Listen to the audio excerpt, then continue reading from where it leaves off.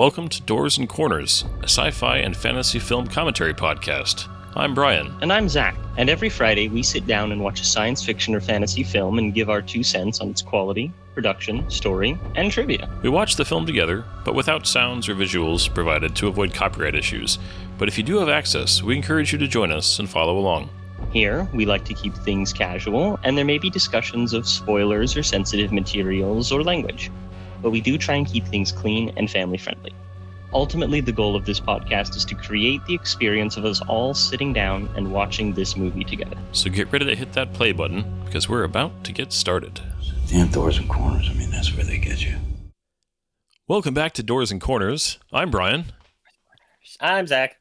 And tonight, we have a super special guest who I am just thrilled to be here. We have my eldest child, my daughter, Natasha. Hello. Yeah. Brian, Natasha. my No Girls Allowed sign. I know, but you know what? You just threw it out? Wait, I did. Actually, I tossed it out the window. Fine. We got film, I guess. I mean, we do I'm have a Pat cool on girl, here so- on a regular basis, so... Oh, dang. Oh. No, I love Pat. Yeah, no, so I'm excited because we are doing a special film tonight. We have a special guest. This should be a good one. I hope you guys all enjoy it also. A short one, too. Yeah, this is a... I always thought the third one was the shortest, and I was looking at these and like, no, the first one's the shortest. So... Tasha, Yeah. what are we watching tonight? We are watching How to Train Your Dragon.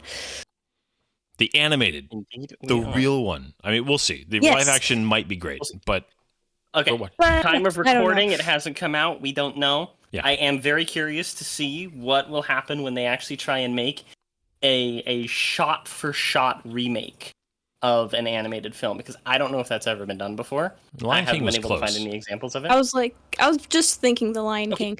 Yeah, but there's actual facial expressions in this one. Yeah, that's Because there are people? true. They're humans. Also, has there ever been a situation where the animated director also made the live action, the same director? I don't think that's ever happened. Oh, I don't True. know. Forgot about that. Yeah, and the same, and the voice actor. I mean, playing the same character, which I still think it would have been awesome if they had gotten Craig Ferguson to play his character too. James Yeah, Earl I think Jones. Oh yeah, but that was reversed. I mean, he went from live action to the animated. Mufasa? Oh no, I was thinking of Star Wars because he's voiced. No, did he voice Vader in Rebels? Yes, he did. Okay, I wasn't sure if that was Or at least one of the times. I know that there was variation. okay. Yeah, but I mean, definitely, I'm curious too. Like, there's part of me that's like, okay, if you're gonna just remake it, you already did such a phenomenal job. Like, why? And then besides the obvious answer, which is money, why? And so I am curious to find out if there's something that adds to it or something like a spark that's there somehow. Because spoilers, this is a fantastic movie. Like, this is Yes. yeah. This is the second animated film we've done. Go ahead.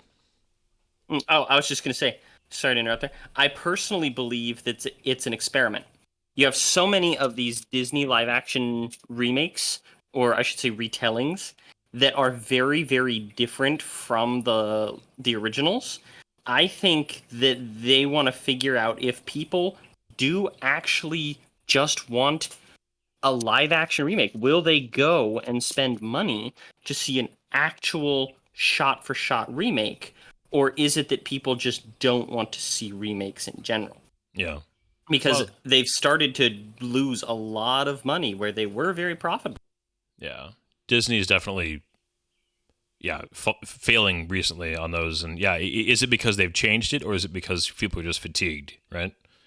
Well, I will Yeah. say some of their more recent live-action remakes are definitely worse than their earlier ones, just in terms of movie making in general. Yeah. I actually But I really think like it's mostly Go for Sorry, it. I was going to say it's mostly just. I think it's mostly just fatigue. Like, do you have no more ideas? Do you think we aren't interested in anything new? Like, I don't know. Well, I mean, Mhm. sorry, I'm a bit I of a rambler. No, that's just fine. we usually just kind of try and look for a pause. But in this particular case, I think that certain animated movies do deserve a live action retelling that's perhaps just a little bit altered, a little bit more dynamic. I actually think that Aladdin was a remake, a live action retelling by Disney that has enough similar to the original for people to be nostalgic, but maybe plays into a little bit more of the original tale. Is a little bit more Pirates of the Caribbean action adventure. Was a really good idea. I didn't care for their execution. Yeah. I thought the same thing with Mulan, and the Mulan live action was one of the worst movies I've ever seen, and is stupid in every conceivable way. And I want them to do something like Atlantis: The Lost Empire. Yeah. Give me that one That in would live be- action. Yeah. Yes. One of Disney's live action remakes, actually my favorite one, I actually really, really like it, is the 2015 Cinderella live action. Which I consider that more to be a retelling and just its own adaptation that pays homage to the animated version specifically, because it follows the same story, but it's actually very different in its execution of telling the story. And I think it's really well done. And so I actually own that movie. Like I really like that one. I very much agree with that. And I mean, it showed me who Lily Evans was, so I'm good with it. Yeah, no, I remember that one also, and yeah, I very much agree. I think that if you're gonna remake it, and you can capture the, for lack of a better term, charm of the original, then it's successful. And if you're gonna change it, you need to change it with something that is interesting or expands on it in a way that is compelling and gives it a reason to exist. It's you know, and I do not want to talk about politics or cultural stuff, but I do think, whether you agree or disagree, I think message-based, regardless of which direction they go, retellings where you tweak an old story to try to tell some new thing is in general just a bad idea. I think it's just you're trying to manipulate something old to tell something different, and I just, again, I don't care if you're going left or right on that. I think it's not the right way, especially when you're using something beloved. I think it's just people just don't respond to that, generally speaking, well. For those of you who might not know what he's referring to the absolute garbage fire that is Snow White and the Seven Dwarfs. What? That's definitely one of the examples. Yeah. So, anyways, I'm looking forward to, because Lion King I was kind of whatever about, but I also never loved, like, I actually have nothing against the original animated. It just never, I think it was just a little bit later in my life. Like, I was well into my teen years when that came out, so I was past the stage of that. So I don't have nostalgia for it. So the remake didn't matter to me. I kind of just don't care about it. I don't have anything against it. Don't love it. And so that's like, I don't know a lot to compare to. How to Train Your Dragon, and Tasha, I'd love for you to speak to this. This is a movie that is so special to me because this is one of my kids' like touchstone films. Like, this is one of those films that they grew up with. I mean, I have so many memories of the back and forth trips to California and this playing on the iPad as the three of them are, in the back seat, as little 3, 5, and 7-year-olds, like, crouched around the iPad watching this movie and seeing it over and over again and loving it every single time. And I mean, it's like part of my kids' childhood, which is like different than my own childhood. And so it's really special to me. And so when I see the live action, it'll be interesting because this movie, it does actually matter a lot to me emotionally. So I'm genuinely curious what the live action's going to be like, how I'm going to respond to it. I'm curious too, but yeah, for me, this film very much like is part of my childhood. So I feel like I understand some of the outrage towards the remakes even better now that one that is from my actual childhood, that again I have watched so many times I couldn't even give you a close guess on how many times I've seen this film. Yes, join us on the dark side, dog. Join us in the hatred. Well, Let it's the not hate flow hatred. through. It's so much. I actually remember thinking that there were some really cool live action ideas that I think you could do in this universe, because I'm actually very well versed in the expanded How to Train Your Dragon universe as well. I've seen all the shows. I know a good amount I know a lot of the lore and stuff. And there's some interesting things you could actually do, I think, with the world. Like I thought if you wanted to do live action, you could just move to a different location with different characters. Maybe explore how different cultures treat the existence of dragons. But you could keep the dragons. And I get where you're coming from on that, but see, then people get upset because it's not connected enough with the original movie. Well, then make it about maybe his kids from the third film could go like. Maybe there's a new threat where you could just do a sequel in live action. You could continue. You could have the kids be grown up and maybe some people find the hidden world and stuff. Or maybe like you jump forward a little. I don't know. I just feel like if you're going to spend this much time and effort into remaking it, I would much rather see you try to do something different and fail, kind of, than just to play it safe and remake the same thing, because then I'm like, well, it's just one of those, why would I watch this slightly less better version of the remake when the original already exists and is going to be better no matter, like, at best it will be as good as the animated version, and even then the animated version is going to still be better. I very much agree with that. I just think that they're in a hole when it comes to how to market a movie where it's completely different or in a different setting. I genuinely think that what they're trying to do here is begin something that they can then spin off into stuff like what you're talking about. But they need to first prove that, one, just lay the foundation of what the story starts at, while also proving that this format can work for How to Train Your Dragon and get people invested in it.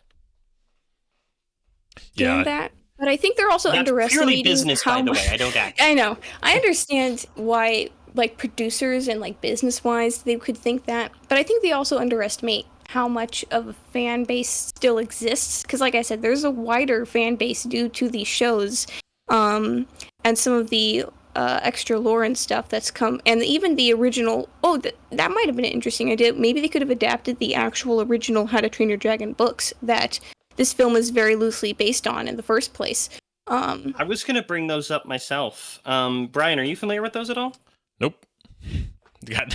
Wow. So I know they have the same name. And I know they're very different. Yeah. That's as far as my they're knowledge very goes. different. The bare bones are there, but they're very different stories. Loosely is very much a correct term to use. Yeah. The author of the books, she Crescenda specifically... Yes, that was it. She actually had a lot of creative input on these films. She approved all of their changes. I've heard... I haven't read the books myself, so I'm speaking secondhand from others who have. They've described that they don't believe that the books could be adequately adapted, which is why it's so changed. And this is something that you see happen with a lot of book adaptations where they're deemed unfilmable, so they have to change a ton of the story and a ton of the setting in order to make it work for a modern audience, or just in a visual format, with examples being like the Bourne Identity. Just by modern standards unfilmable unless they wanted to get a period piece, and they have to change a historical character because an actual historical character was used as the villain, or Ready Player One. These are considered unadaptable, but they decided to try, and the result is that they had to make massive changes to the source material. Yeah, that's hard. It's it's definitely and this is where, there's a really good. Anybody who's heard about this is pretty minor reference, but there was a show called Studio 60 on the Sunset Strip. It's like behind the scenes comedy show about like a mock Saturday Night Live.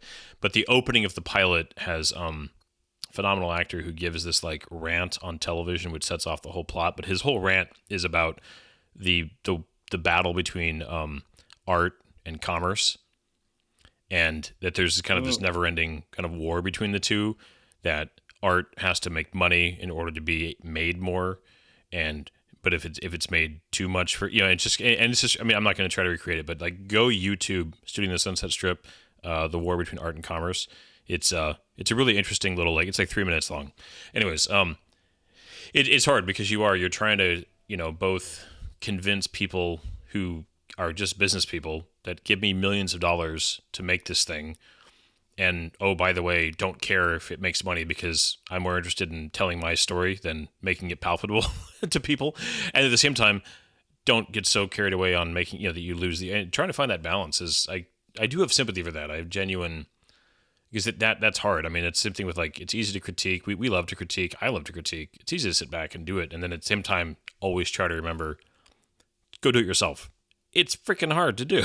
And just to trying to always have that perspective. And so, and the same thing of, like, you have to convince the investor that you have a way to make their money back while at the same time protecting your creative ideas. And that's a challenge. That's a genuine, I don't have a good answer for that. I think that nobody does. That's why we see it go back and forth on a regular basis. I think the only real answer is to do it the George Lucas way, which is to make millions and billions of dollars off of selling the technology you've created and being able to finance your own crazy visions. I think if you ask most creative people if you could do George Lucas's thing, would you? They'd be like, yeah. But it's hard, man. You have to get lucky. You have to make Star Wars. Motion control. You have to make motion control. Yeah. That's the thing. Well, you not only have to make an entirely new way of shooting special effects. Yeah, well, that's like, think about that. Not only do you have to create Star Wars, one of the most culturally relevant things ever created in the 20th century, you also have to time it perfectly to invent all the technology that's going to drive the entire industry for the next 50 years. So, you could just do both of those things and you'll be fine. I'll get on that. Yeah. Anyways, we should get this moving, even though it's only an hour and a half long. I'm looking forward to this. So, you want to hit us with those quick and spicy IMDb facts, Zach? Yes, very spicy How to Train Your Dragon facts there, Brian. This would be How to Train Your Dragon, the 2010 animated version. Time of recording. Rated PG, it is 1 hour and 38 minutes long, 7 of which are credits. Director is, I do not know how to pronounce this man's name. His name is Dean DeBlois? And Chris Sanders, co-directors. Writer is William Davies, as well as Dean DeBlois, Chris Sanders, and of course credit to the original author, whose first name I'm not positive how to pronounce. And of course we have casting with Jay Baruchel, Gerard Butler, Christopher Mintz-Plasse, Craig Ferguson, America Ferrera, Jonah Hill, and T.J. Miller and Kristen Wiig. And a small voice cameo by David Tennant. Huh? David Tennant's in this. I forgot that Kristen Wiig was in this also. T.J. Miller is like such a controversial figure these days. It's funny that this was back when he was like, going big for a while there. Was the shit. And he's not really a controversial figure so much as it is that people have acknowledged that he's just a creep and a weirdo. Yeah. I mean, like, he's kind of done it. He's done it in Hollywood, I guess to put it that way. For now. They'll try and do a comeback story in like... Oh, yeah. He went the Mel Gibson route. Yeah, but he's not as talented as Mel Gibson, so it's going to be a lot harder. Oh, yeah. He's... Because I think, Deadpool 2 was his last, significant thing in Hollywood? I believe so. Yeah. Anyways. But, as always, we encourage you guys to follow along. And we are going to hit that play button in 3, 2, 1, go. Hey. DreamWorks. How to Train Your Dragon. Oh, can we just start with the score? Oh, it's so good. Okay. Yes. Damn. Well done, Mr. Score person, whose name I know. It's Powell. John Powell. John Powell. Yes, thank you. I looked this up. I read all about John Powell. Where did his name go? Man's amazing. Love him to death. I really like how we can also see Toothless right at the beginning. Yeah, in the shadow, there. Whee! Yeah. No, John Powell is he's one of those low-key composers that is just really good. Yeah, lots of animated stuff. He did the score for Solo. Oh yeah, that's right. He did all the Bourne movies also. Yeah, but their music's like highly unremarkable. Mm. In my They're, opinion. they're big movies. That's amazing. This is, by the way, a great intro. Talk about just immediately world I know, building right? and being funny at the same time. Like it's just, and this sheep, The this dialogue nonplussed in sheep this that's film. like whatever. It's so normal. It's just, Right? it's like I love it's the like dialogue in this film. It's so yeah. good. Well, the establishing the whole like this is absurd, but also weirdly like normal for these people, like right off the bat. Yeah. Oh, Dude, the character differentiation that they have in this thing, just the designs are so excellent. Yeah. This I was part of that generation. so I will Yeah, laugh out loud a insane. lot during this movie. I'm sorry. I was part of that generation I like where this people guy were standing like there. Vikings.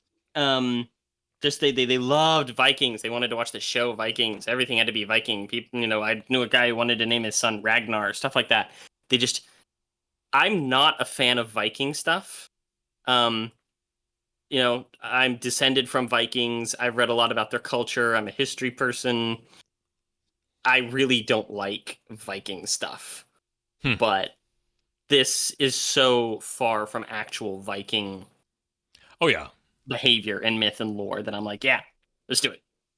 I mean, it fully embraces what it wants to be. Like right away, it's having a good time with it. It's not afraid of the stereotypes. Obviously, just embracing it and having a good time. Right? And the and I mean too, the physicality of Hiccup is so great because like just immediately you don't have to like even though he's explaining how he's basically useless in a fight. At least he's perceived as being useless in a fight. They also he's so funny. Just the way that he's and this shot. This is great. Yeah. Astrid. And the score. The music changes. Yeah. Yeah. Oh man. I wonder if they'll do that in the live action remake. That'll be Oh interesting. yeah, how are they gonna do that part? CGI, I Mhm. guess. This whole thing too. His now we saw just the other week in RoboCop 2014. Jay, I can't pronounce his last name. His voice work is so good. It's just this like amazing blend of like earnest and kind of pitiful. Yeah, there's something about his voice. It's that just kind of childish nasal voice. Oh man. I remember watching Tropic Thunder and he just has this mindless rant about how pornography determined the success of Blu-ray over HD DVDs. Having his Nobody's voice make an listening to argument. him. Yeah. Oh man. So this movie is so part of my family's, we talk about quotable films. How many, Tasha, how many lines from this movie does our family instantly know? All of them. Like, All I of could them. probably quote this whole film. Yeah. Like, I mean, because like This is also even one of that those- right there, the whole like you just gestured to all of me. all of me. That's it. Stop being all of you. Yeah. This very common writing trope, especially in kids' movies and stuff. And I think that it's exceptionally well. Because it's so hard to get it right, Mm-hmm. This is one of those films too where the more I watched it as I got older, I understood just how funny it was more and more. Because I first watched this film when I was like very young, and it's one of those films. It's fun like watching a film when you're older and realizing a lot of things you wouldn't notice as a kid as much.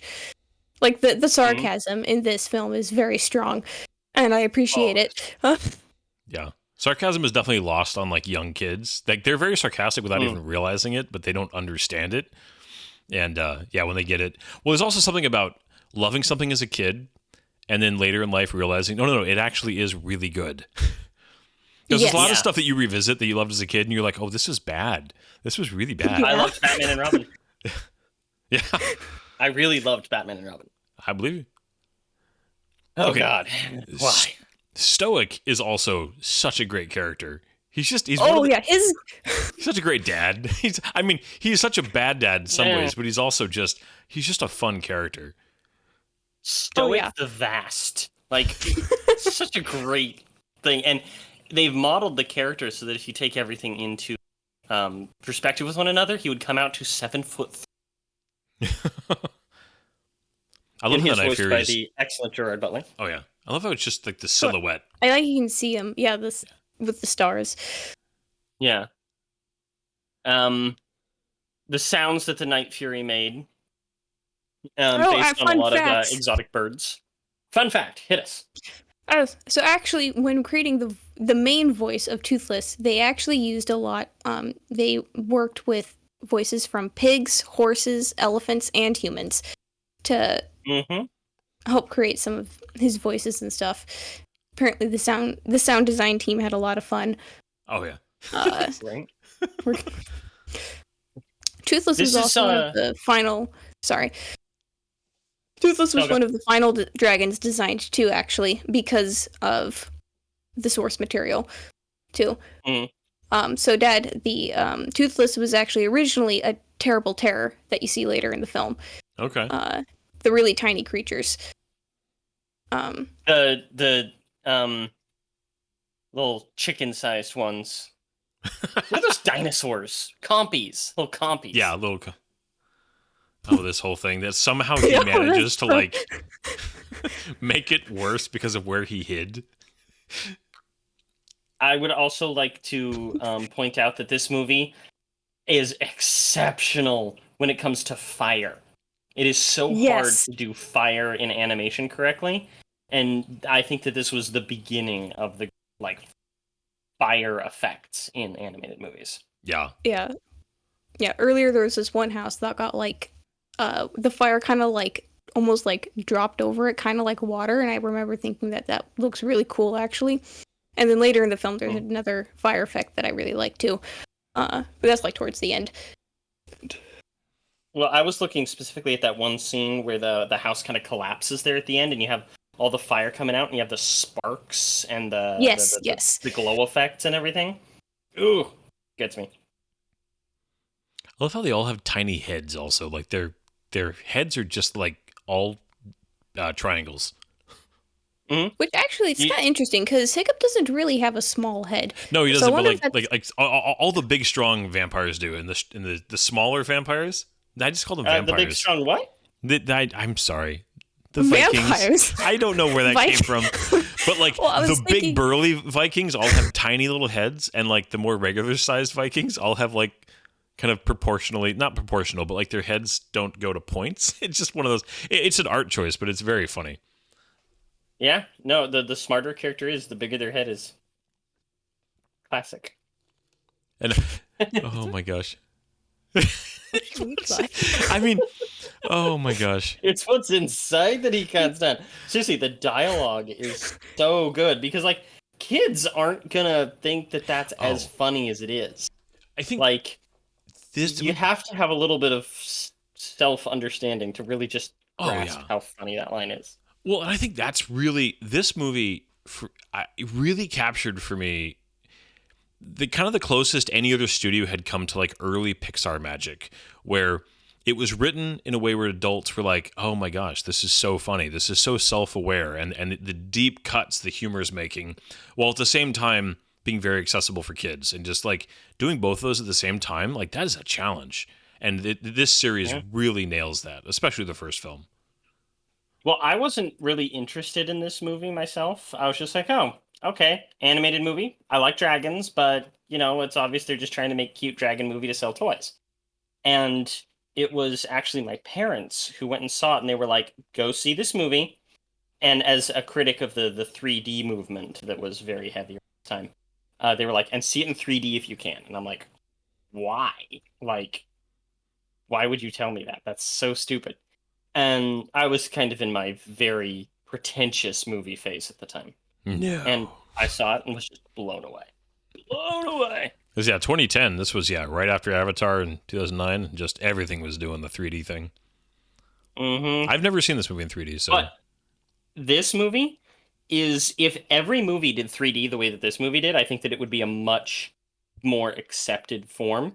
It did it exceptionally well because it wasn't about things popping out at you. It's like you were looking into a box. It was almost like you were looking at dioramas. And Oh, that's cool.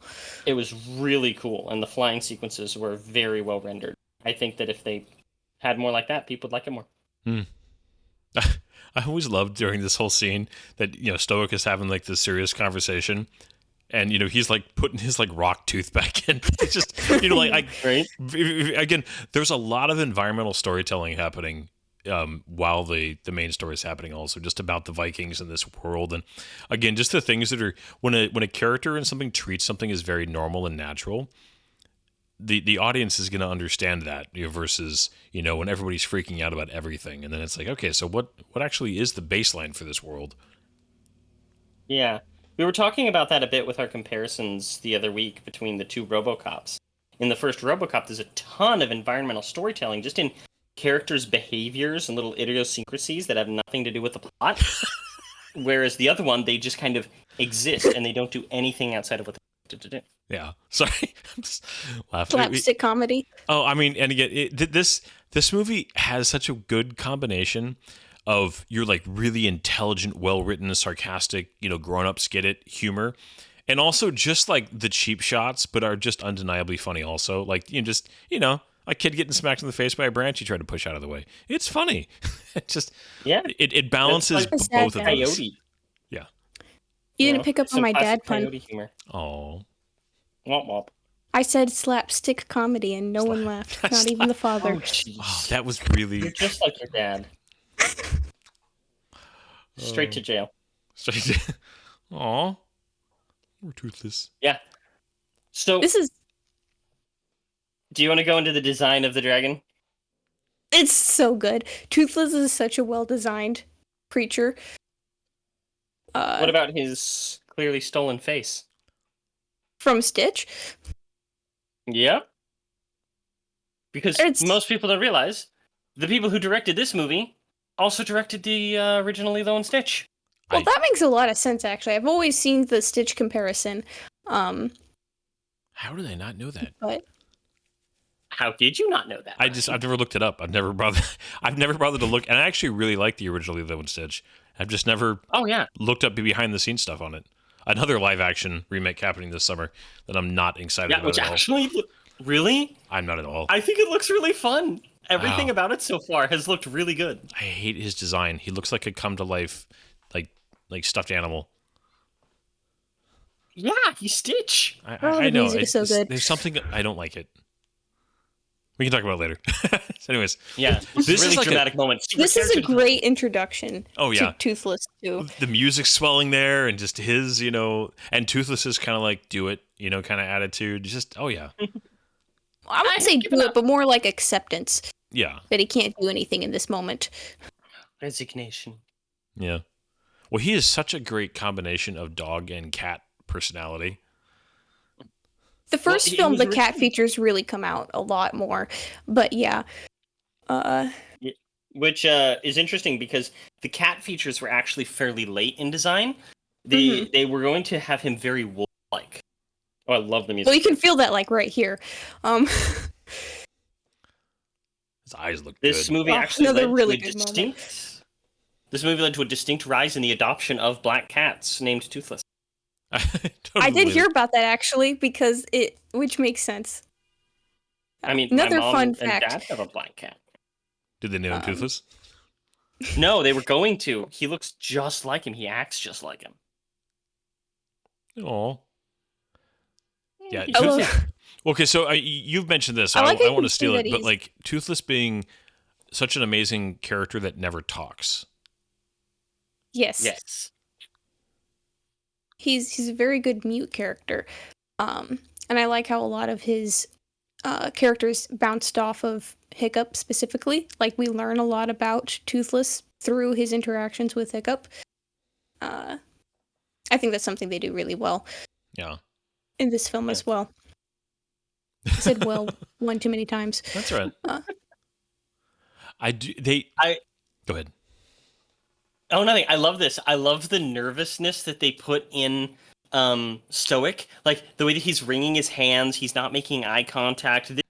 The big confident character, and you're now seeing when he's not. Yeah.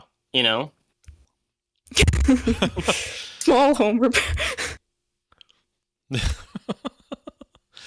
Yeah, The relationship between I love that their relationship is genuinely. There's more to it. I mean, I think it'd be easy to just really go down the straight line of, dad with unrealistic expectations, pushes his son too hard, just kind of doesn't see who his son really is, and just leave it at that. But they give their relationship a genuine depth, and both of them have dimensions to their character. I mean, Hiccup obviously gets more, but they don't leave Stoic as just a true one-note character. I mean, he's definitely closer to that than Hiccup, but I appreciate that they let their relationship have some complexity. Yeah, I agree. I mean, outside of Toothless and Hiccup, really this movie's about the relationship between Stoic and Hiccup. And because they both care for each other, but they also, I feel like it's kind of realistic where they both care about each other. But they don't know Stoic, how. Yeah, they don't know how to communicate well. They don't know how to explain things to each other very well. And then, of course, with Stoic being like the chief, too, he's got a lot of responsibilities.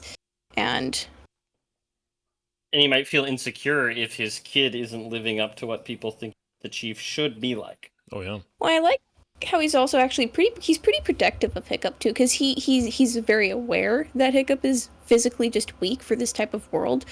Like, he was kind of, he was pushing back against this whole dragon training with Gobber in that scene. And Gobber was like, no, you gotta let him, you can't keep him safe. Like, he's gonna have to try. Like, just... I really like that approach, too. I've been around too many people who are very overprotective of their children, and I think that it is to a detriment. And I think that there is a very important lesson that parents need to learn. Oh, yeah. That you need to let them get into trouble. Put them in situations that they can't necessarily handle because they need to learn to handle them. Yeah. This whole situation, but yeah, this whole situation though of like, I mean, I like how Meatla goes for the rocks immediately though, which kind of indicates that she's really hungry because I doubt they're feeding the dragons here very well, which is part of why they're so aggressive in the caves too. Because I doubt they're being treated well at all. The twins, oh my gosh. Yeah. One of which is Kristen Wiig. Yep. Rough Nut and Tough Nut. Oh my gosh. Yeah. So I mean, it's interesting. This is almost like video game-esque in terms of just the like. All right, so these are the characters, and these are their weaknesses, and this is the systems you need to learn in order to beat them, and it's like the way even the whole like the strength levels of this and that, and it makes me happy that there's this just a little bit of nerdom thrown into this. Yes. They even have a nice little reference there. When they're asking, what do you need to defeat him? And the one person says, +5 speed. Yeah. Yes. Yeah. +5 speed. Like, roll for initiative, bitch. Oh, gosh. Yep. Yeah. And then, just, again, the casual nature of just, like, overgrown sausage. Very sausage-like. Oh, gosh. The design of the dragons, too. I love just the diversity of design. Go ahead. No, that's literally what I was going to say. I like that the dragons are very different from one another, and they're not what you would consider traditional dragons, while also still being dragons and not wyverns. Mm-hmm. Yes. That's a pet peeve of yours, isn't it? It's a huge pet peeve. A dragon has 4 limbs. It's in their Game of Thrones. Oh, look at my dragons. No, you have wyverns. Little bat wings. Mother of wyverns. Which is why you like Dragonheart, because it's actually a dragon. Yes, that is something that I feel like. And if you look at Tolkien's original drawings of Smaug, he has 4 limbs, but no, they're like, we're going to make him a wyvern because people like that because Game of Thrones. Bust nuts. Some opinions over there. There's no opinions on this podcast. Aw. Oh. Oh, this is Oh, this is so sad. genuinely like a heart-wrenching. It's so sad. I just... For those of you who don't know, this is when we see that Toothless is stuck in a bowl, essentially, like a basin. He's, that sounds like an actual bowl. He's stuck in a little valley, and he can't get out because his tail has been hurt. Because Hiccup freaking amputated his tail. Yep. Hiccup. I also do love the fact that, like, Hiccup is showing his intelligence by, you know, sketching and observing and, you know, recording things, which, I mean, for most of human history was a big part of people who were actually interested in learning, because like learning was not a skill or trait that was valued in a lot of human history. Well, what is the difference between science and screwing around? Trying. Writing it down. Writing it down. That's an Adam Savage quote that he credits to somebody else who gave him permission to use it on screen. Yeah. During Mythbusters. It's very true, though. But you'll also notice that Hiccup is left-handed. Left-handed people tend to be smarter. It's like 17% of recorded geniuses are left-handed, which is a large percentage. Yeah, a much larger percentage than the entire population. Mm-hmm. His hair looks really interesting all of a sudden here. He's like, he's wet still. Because it was just raining outside. Oh, okay. And he just came inside, so. Oh, there's thunder. Look at that. Like it's raining? The profile of the fat character is kind of grotesque. Fish flicks? Yeah. He's just... Yeah. Oh, goodness. I mean, one of the things that I do think is really lost in films that try to really just be proper somehow is thinking that somehow stereotypes, and you can overuse stereotypes for sure, but there's a reason why stereotypes exist, and they help people quickly. It's a way to quickly, you know, let people know what's going on. And when they're done right, they're a real good source of comedy also. And so I've never minded them. I know some people really don't like them, and you can definitely overuse them, but I feel like this movie uses its stereotypes for its humor well.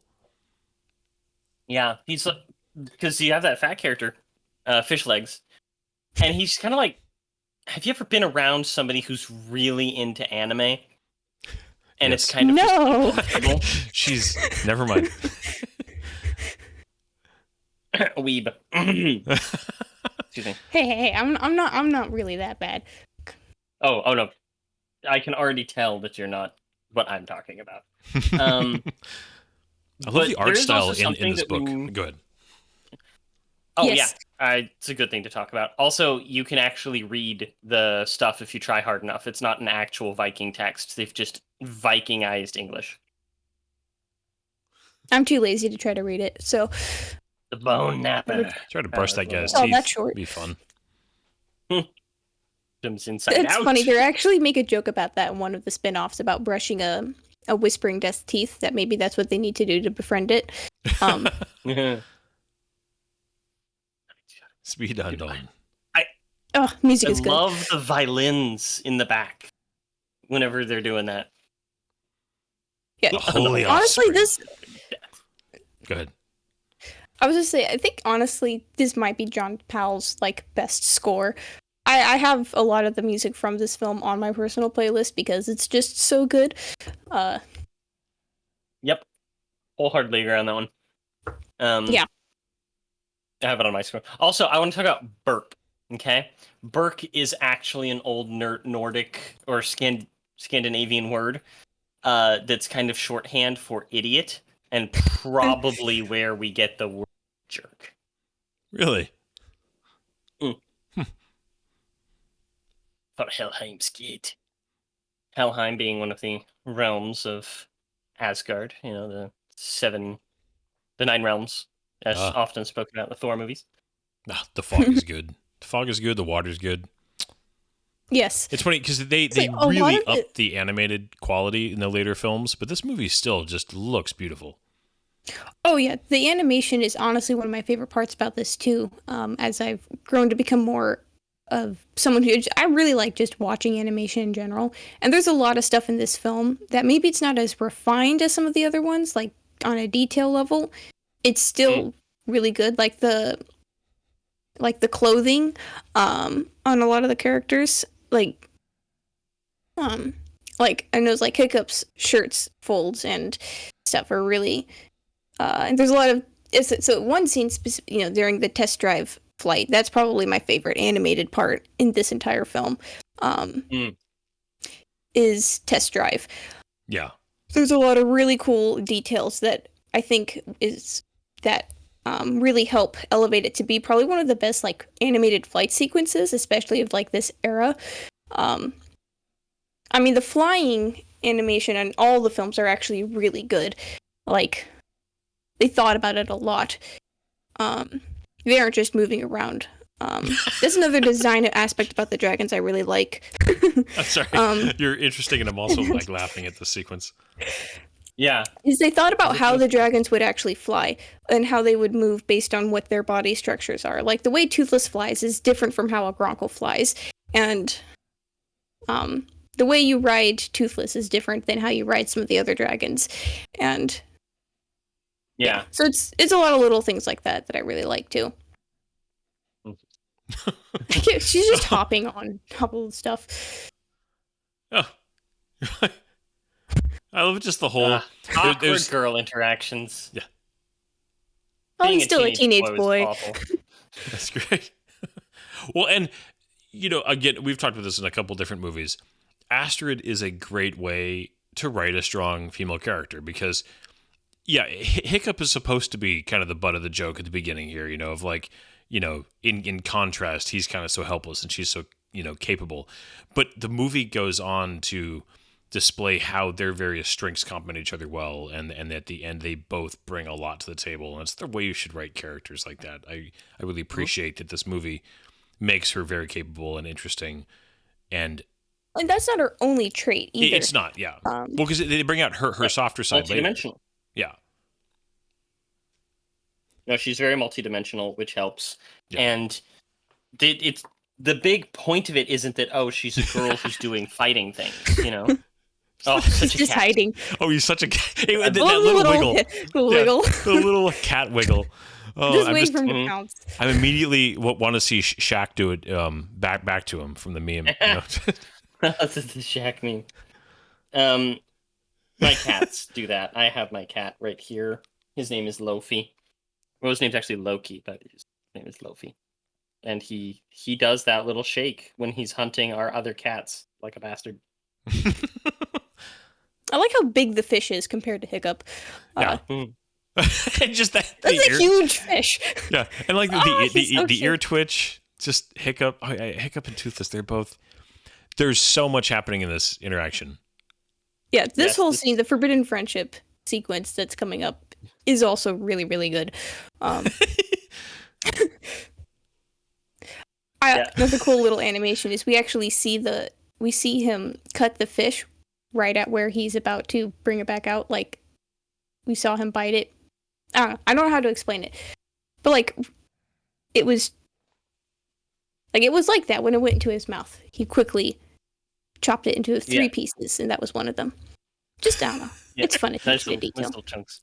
There's so many. I mean, Toothless's face.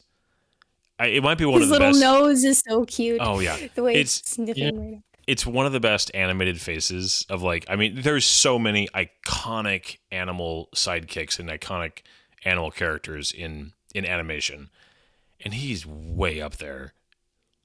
Yeah. He's so bad. Perfected. I can't. This is awful. I will say the facial expressions for like Hiccup and some of the other main Vikings too are also really good. Have you guys ever bit into a raw fish? No. Why would I do that? Dude, it trying to smile. The texture is the worst. Just like it's so psychotic. It's kind of creepy, yeah. But that scene was apparently based on one of the directors having a memory of trying to teach his kid how to smile for a picture. That's cute. Yeah, I always thought that it was from like Terminator 3. I was just about to bring up. I thought it was Terminator 2 when John's trying to teach. Oh, you're right, Terminator 2. Yeah, he's like Look at his facial expressions. watching Arnold try to smile. Oh my gosh, Right. he's just the covering his face and he's so annoyed. I like the making of a cat bed. He like uses his breath weapon. I also like how he's a bat too. It's cool. The use of those frills. A lot of this design is based on the giant salamander. Have you guys ever seen those things? I have seen them in photos. These are amazing. Holy crap! They're one of those animals that will live virtually forever if they have a reliable food source. And I like the noises. like you dye one black, and stick some wings on it, and that's kind of what they look like. But Good. I always loved his two-legged waddle. I don't think he does it again in this movie, but he does it in a couple of the others. And such a funny effect and look. Oh yeah. Well, that's where he's definitely more cat than dog in this movie. He occasionally does have some dog stuff in this movie. That's just it's just hilarious. Well, I don't know if I said it earlier. I think I was going to, and I wasn't able to. But his original design was going to be like a kind of a wolf. Yeah. Yeah. You mentioned and that. he was like Dave Filoni coming and crawling into the. Because this whole sequence, like I have 2 dogs and I've watched them both try to handle very very large sticks, and it's so hilarious when you watch a dog carry a stick 3 times its own size, right. And just they're looking just awkward, and they're just watching you like, what are you doing? Don't touch that. Wait, what are you doing? That's my stick. Yeah, it is. This is of so course like iconic. the trailer shot now. Yeah. Yeah, this is the trailer shot. Mm-hmm. And this actually does kind of work. This is almost like an exaggerated cat thing, I think, because my cats, I have a cat where if I try and pet him, he'll shy away. He's a very shy cat, very skittish. But if you do it like just right, maybe you just don't look at him. You just hold the hand out. He'll come and press his face into your hand. It's real cute. Yeah. I love cats so much. Love that he's got a skewer. He's got this random roasted chicken. Every time I see this scene, it makes me want one of those grocery store chickens. Yeah, rotisserie. Rotisserie chickens. Oh, goodness. I could eat a whole rotisserie chicken by myself.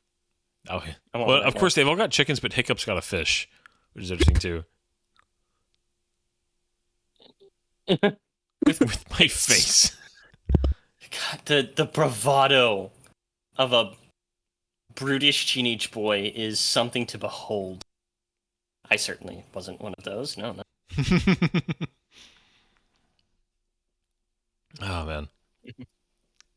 They develop these characters better, later on, and actually the Netflix the Race to the Edge show, really develops these characters. But I never watched it. Okay, it's got its ups and downs, but it's definitely got some ups. But they do develop these characters enough to be just genuinely fun little sprinkles of flavor, Yeah, that's a good way of putting it. I have this like love-hate relationship when they do stuff like that, similar to like the Clone Wars. Okay, you watch Star Wars: The Clone Wars, and it makes Episode 2 so much better. But if you haven't seen it, it's not. So when it's like, oh, I have to do homework to appreciate how good this movie is, or like the little things, or do you feel like because you're in on it, it's a little bit better for you, and you like know the little secrets?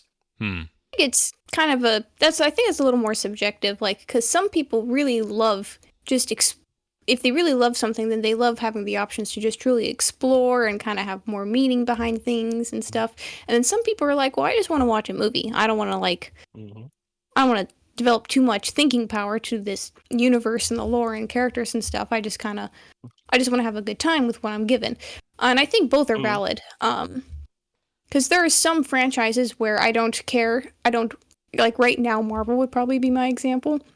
I don't want to do the homework for Marvel right now. But there's some shows like How to Train Your Dragon. I very much enjoy watching all of the shows and the spin-offs and watching the lore videos and stuff.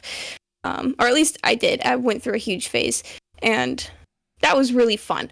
But I was invested, and I think if you're invested, it works. But if you're not, then it is. It's kind of like homework. Yeah.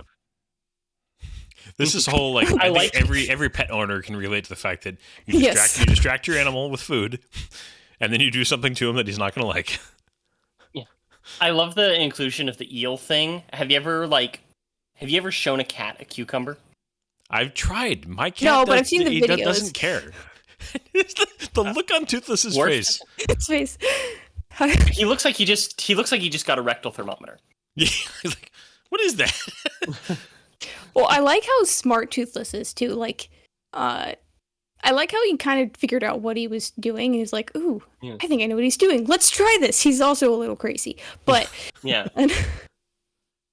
yeah. The inclusion of this system that requires Hiccup, the symbiosis, is such a good idea. Like, genius. It gives a reason for the need. You know, yeah. In the book, Hiccup is more of a dragon whisperer, not necessarily this. Because, like I said, Toothless in the books is this small little dragon that he basically can talk to. I haven't actually read all the books, but... The terrible terror in this thing, they actually base it on chihuahuas. Oh, well, yeah. Those are little devils. They even use a chihuahua for its sound effect. A specific chihuahua that apparently had a really famous YouTube video, and they paid a couple $100 to just have permission to use this chihuahua's sound because the directors loved it. Okay, so this is also, is this the two-headed one? Yeah, go. Yes, this is a zippleback. I love this idea of like one puts out the poison, the other one ignites it. Well, it's not poison; it's just gas. It's like, green fog. It's poison. It's visual aid. I am very much hurt. That's a very quotable line. Yes. Yeah, I use that one with the my single family. digits now. Have you seen Reign of Fire? No. Reign of Fire is a dragon movie from the early 2000s, and they have this whole thing, actually, with Gerard Butler in it. Briefly, before he gets incinerated. But he's in that thing, and they have this whole thing with the dragons where they breathe fire, but you see chemical glands excreting fluids out of the sides of their mouth. And when the fluids meet, then you have the chemical reaction that creates fire. And this dragon always reminded me of that. Reaction shot. Are we done? Oh, goodness. I always love stuff like that. It's just this movie has such great tropes in it, and it uses them so well. Gotta make myself. But like, I have forbidden knowledge. Now I'm. It's also this movie has so many like little mini montages on it, and they're all great. I like that face that Toothless makes, like how he gets down. He looks very cat-like there. When Hiccup pulls out the saddle the first time. Yeah. The seatbelt. And yeah, you got to figure this out. Oh, and then of course the catnip. Oh yeah. Yes. He's literally purring. The subtitles say Toothless purrs. Like, he's just a cat. A big cat. He's like everybody's dream animal. I always wonder, okay, this is weird. I always wonder how the dragons smell. With their nose? No. What do they smell like when you're close to them? Oh, what do they smell? What do they smell like? Probably not great. Yeah, I can't imagine it.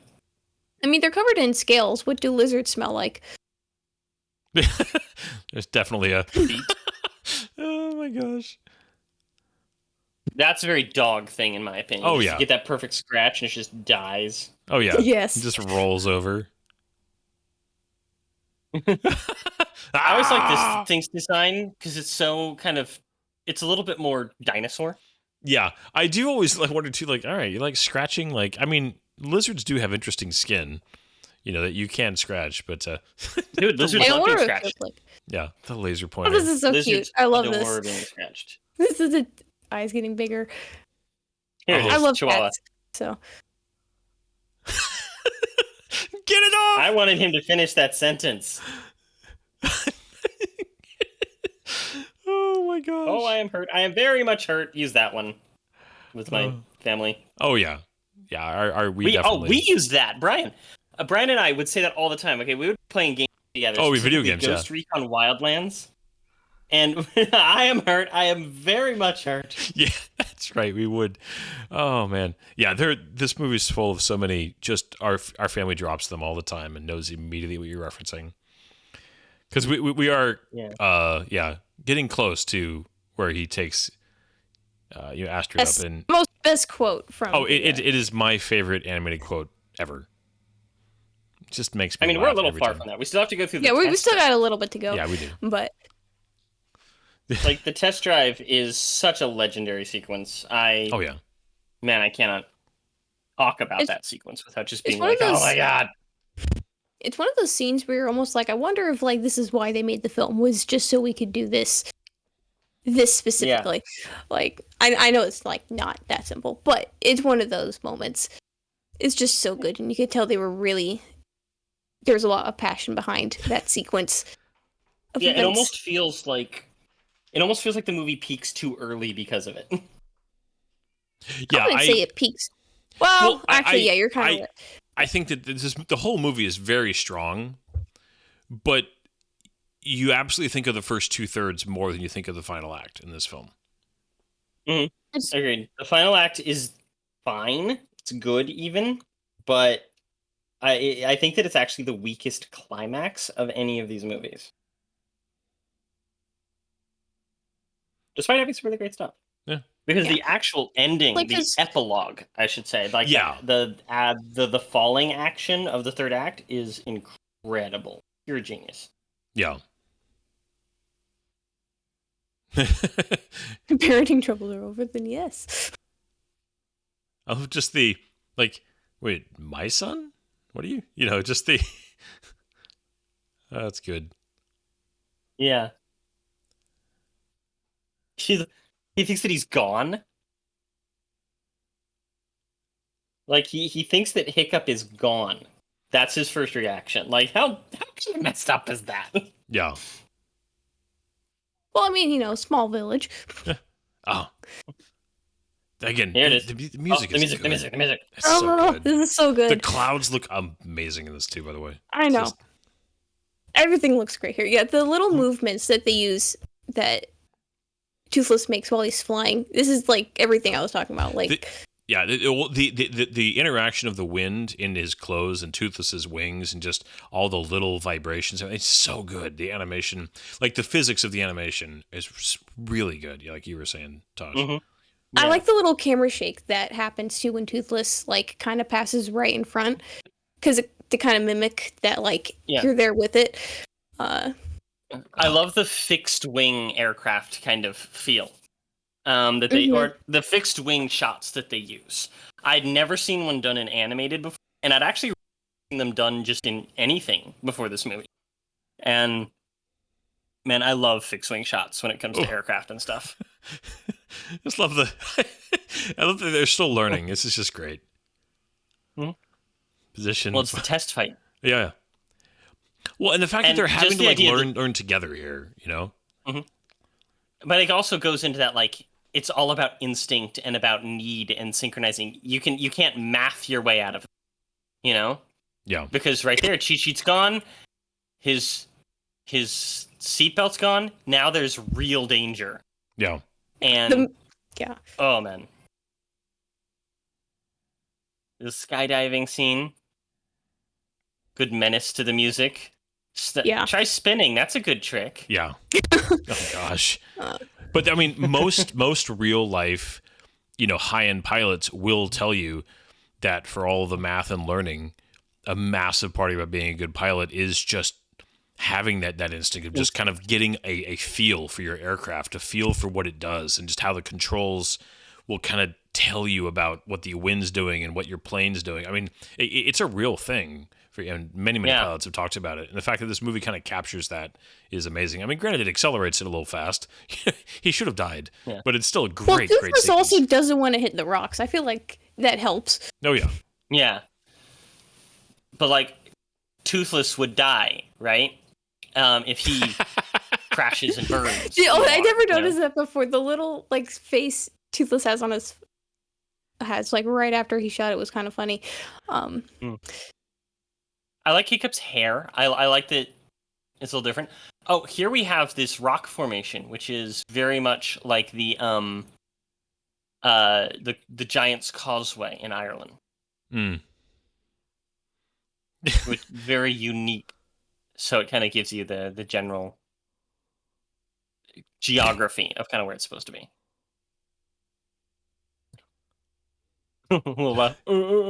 Yeah. Very elephant. I love that this little dragon is like gonna try to just it's great. You know, it's like sometimes size does matter. Oh yeah, that's so fireproof on the inside, are you? And that's foreshadowing. Not so fireproof. Foreshadowing. Da, da, da, da. And he just consumed that fish. Yeah. Well, and two, just the idea that, like, there is something to just bond. I mean, it's my cat Bruce. And it's you know, many films have done this. It's an old film. You know, the idea of like creating a bond with an animal. You know, if you take care of an animal, if you help an animal. I mean, and again, it's based in real life. There's lots of real stories of even predators, you know, developing good relationships with humans because of, you know, acts of kindness and caring and taking care of and, you know, healing. And I mean, those are really deep universal themes. I think people understand also. Especially in cultures where, even if you're not like in a really pet heavy culture like America, a bond between humans and their animals has been as old as we've been scratching on cave walls. You know, that's a very universal idea, and this movie captures it really, really well. Yes, it is. Again, the misunderstanding of just. I really like the talk. This talk is honestly really good for some reasons. It's pretty funny. But I feel like this is where we get to see a lot more of Stoick's complex character. Like, he's really happy to hear about this. Like, he wants this relationship with Hiccup. And he's excited that he feels like he can finally communicate with him on something now. Which is why it's kind of sad that there's such an awkward silence after it. Because there actually isn't at the moment. Just the voice acting in that scene, though, like the Thor Almighty. Yes. It's such a genuine enthusiasm. Oh yeah. From what's his face, Gerard Butler. Well, really good acting. And again, I think that you really get that. I mean, I can tell you, there's been, you know, moments where with all the kids, I was, oh, you like this, or like we connected over something, or you like, because as much as you're connected to your kids, there's a lot of disconnect when they're growing up and they're in phases that you're just like, oh my gosh, you're so into this, or you're not, you know, quite, you know, not disappointment, but it's exasperation. And it's also just it's not, you know, what you have in your mind is what your relationship with your kid's gonna be like and how it's gonna be, and then what it actually is. And when you do have those moments, like, oh no, we got this. This is amazing. I mean, it is a real feeling, and I think most people with kids, especially as your kids grow up and go through young adulthood, it's a very real thing. Yeah, my dad didn't know what to do with me because fact is, I learned a skill that he didn't, which was lying. He didn't know how to put up with a son who could lie effectively, and it really caused a lot of problems because, you know, it's just like we were in those phases, and it kind of caused almost that same tension that I see between those two. And so the relationship between these guys is always really fascinating to me, especially given that I first saw it as a young adult. I think I was 18 when this movie came out. Yeah, 2010. Yeah. 19. Man, I was 6 when this came out. You're a child. Yeah, because I'm a full legal adult now. You can drink and everything. Mm-hmm. I love her exasperation, the twitching eyebrow. Yeah. Oh, She's like, well, am I Yeah. the only one who like thinks this is weird? Like, how did this guy get so good? I like the old lady. She's hilarious. Yeah, Gothi. You get to kill the dragon, and she's just so excited. the movie takes long enough to get to this point too, where you really feel like kind of hiccups. Leaving. Like feeling like he's really stuck now. I mean, Yeah. this would be the equivalent of saying like, all right, you gotta go, kill this family pet now. Like, no, it's not even an option. It's not like it would be difficult. It's like, no, it's not even an option. And Yeah. Yep. Time to go. yep, She's such a bitch. she's at the pretty very mean beginning in here, this yeah, first she- film. he just steps on him right there. Just like, oh man, been making Like, outfits. making outfits. Just- Why would that's you for do the that? lies. Just bops The him. bounce she does. Oh man. Though I do like how she immediately moves to protect Hiccup Yeah. Oh yeah. as soon as she sees a threat. Like, she's mean, but she's not like heartless by any means. Yeah, she's not like she yeah. has no desire to like kill Hiccup or anything. Like she actually does. Yeah.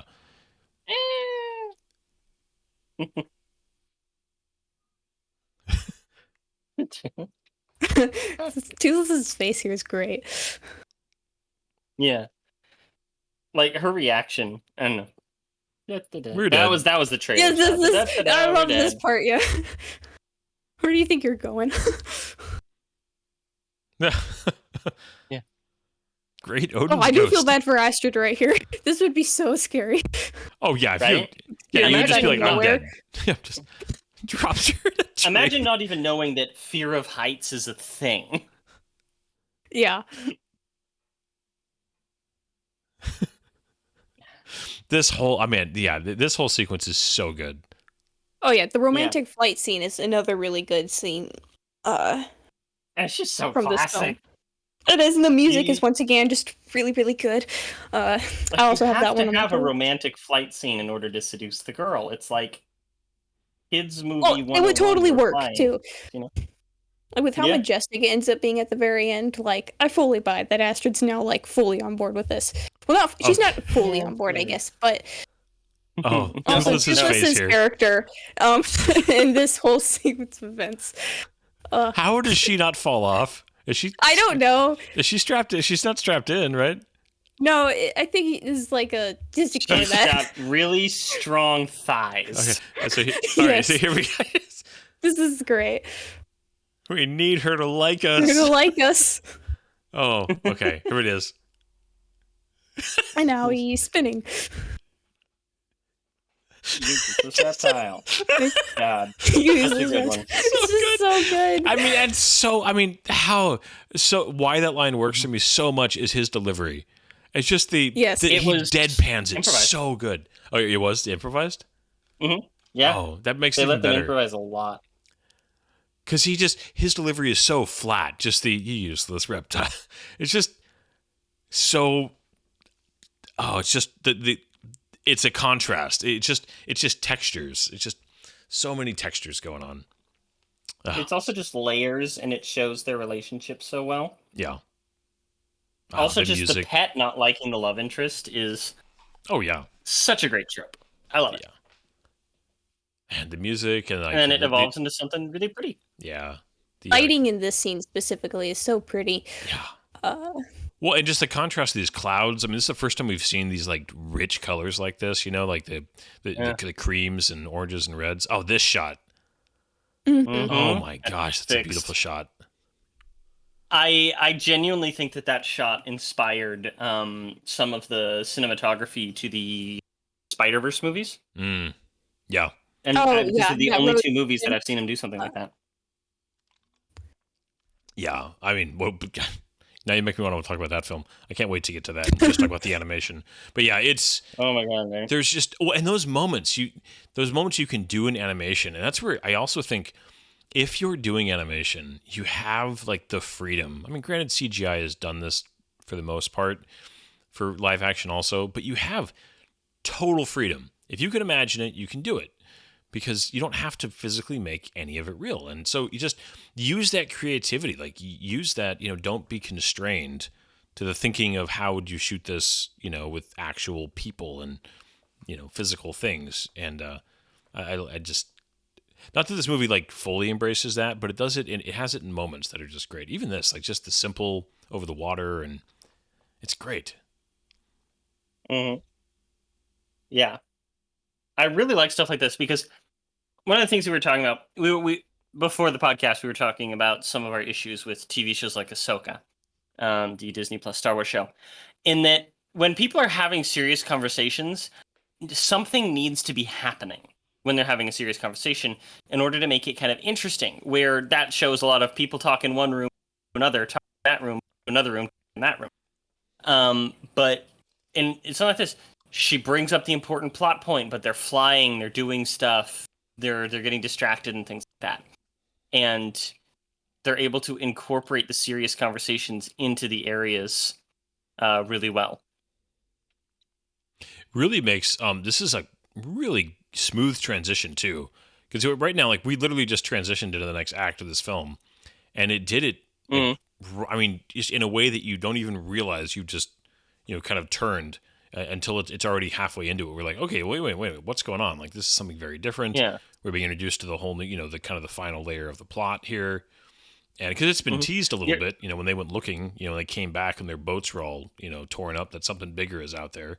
But this is a wonderful way to transition, and then the reveal here is you're something. Introducing this threat, because so far there hasn't been anything like that. The big conflict has been just between Hiccup and the Viking tradition. Now there's a physical threat. There is a reason that justifies the cruelty of the Vikings. Yeah. Also, it should be noted that supposedly one of these dragons is carrying a hippo that is the same model of the hippopotamus. I heard that fun fact one time. I don't remember which one is carrying it, but it's definitely there. I do think it's funny though. I remember thinking, like, isn't this supposed to be pretty far away though? Like Zoic was gone for a while. I get that they're flying is faster, but it's probably we probably shortened the flight time for the viewers. But I remember at one point thinking, like, they got here pretty fast. Like, yeah. Ooh. It's a great shot of just the swirling. Yeah. Oh yeah, I love that. That weird swarm effect. You ever seen birds do a vortex like that? Yeah.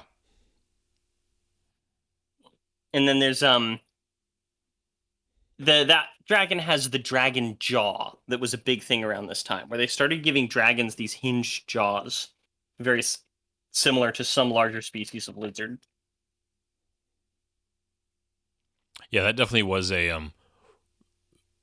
I mean, it makes them look almost like masculine, but also lets their mouth open up like really far, and it just gives them kind of a menacing, but also, I mean, kind of a jaw line being very defined is something that we've associated with power, in a face for a long time. Yeah. like she hits them. Yeah. Toothless's little look funny. Aww. Literally a wingman. I know. I was thinking that, but I wasn't sure when to say it. Just his eyes. Toothless, I mean, his whole face is great, but his eyes are so good. Yeah. Such a masterfully done character. You almost forget after what they just revealed that, that's right, we haven't actually had this final ceremony yet. Mm-hmm.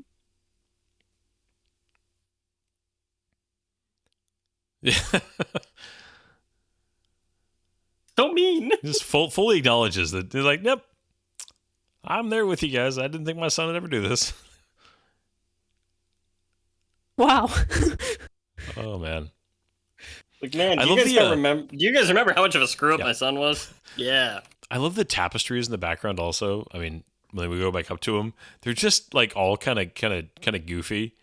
They're almost Asian styled in their design. I never paid attention to that. Yeah. Hmm.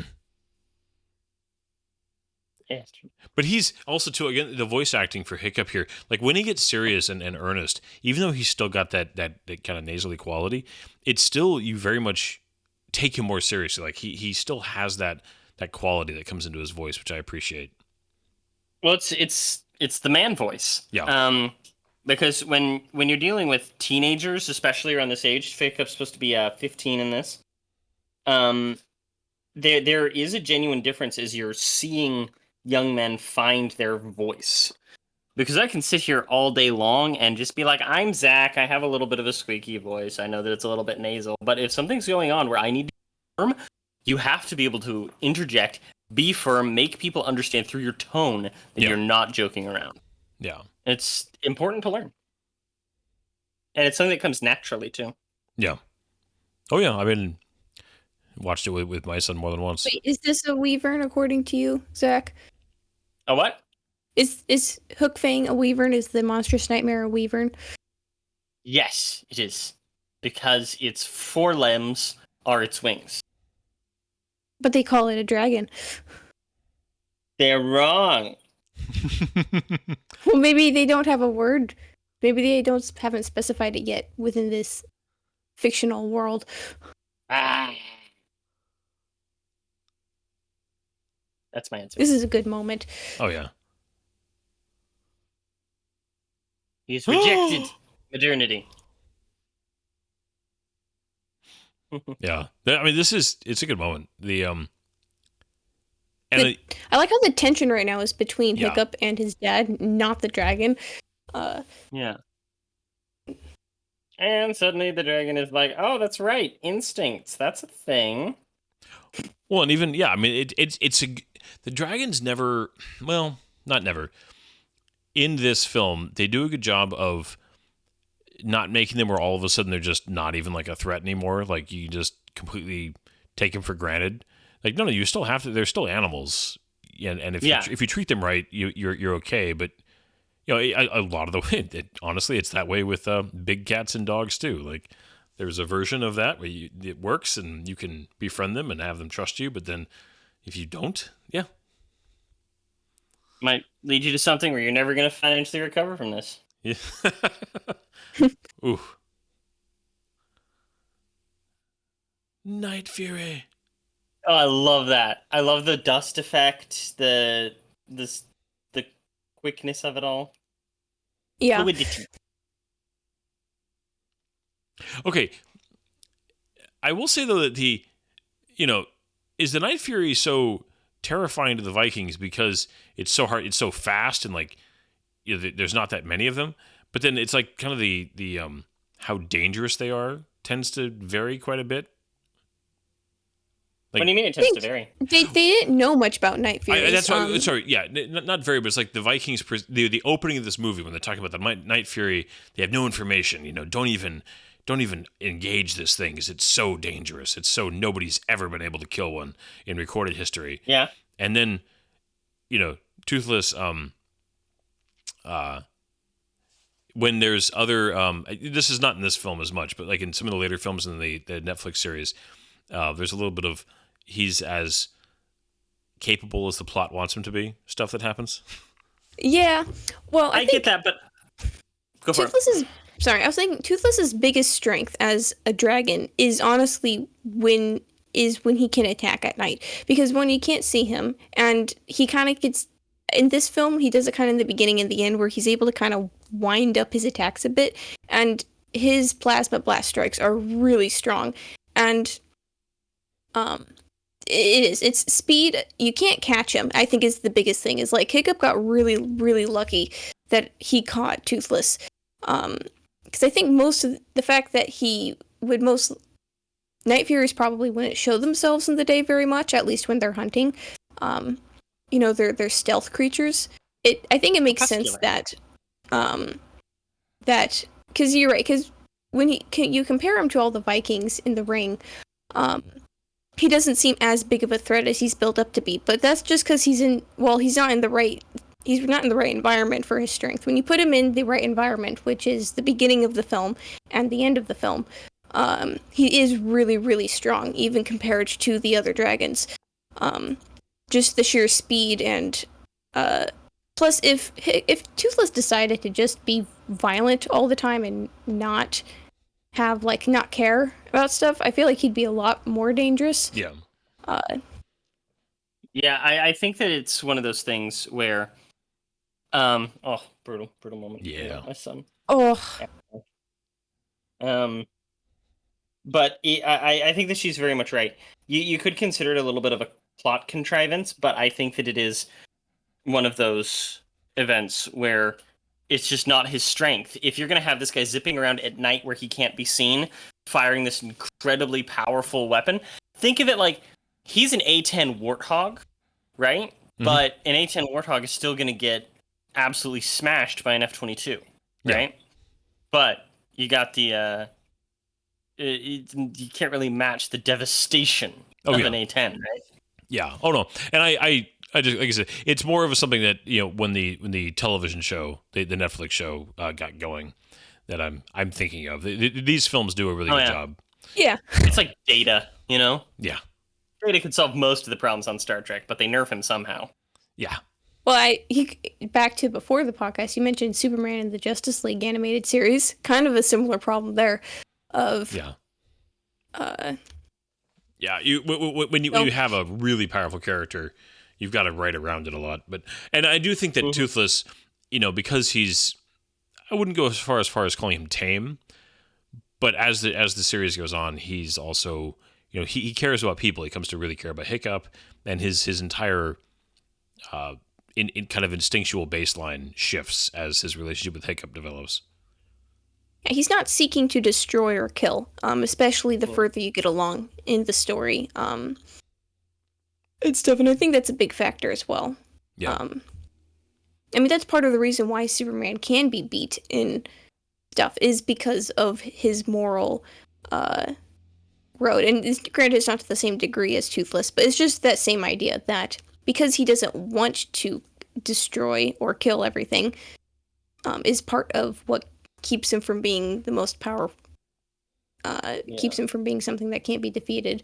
I don't know. I'm not verbalizing that super well, but... No, you're doing well.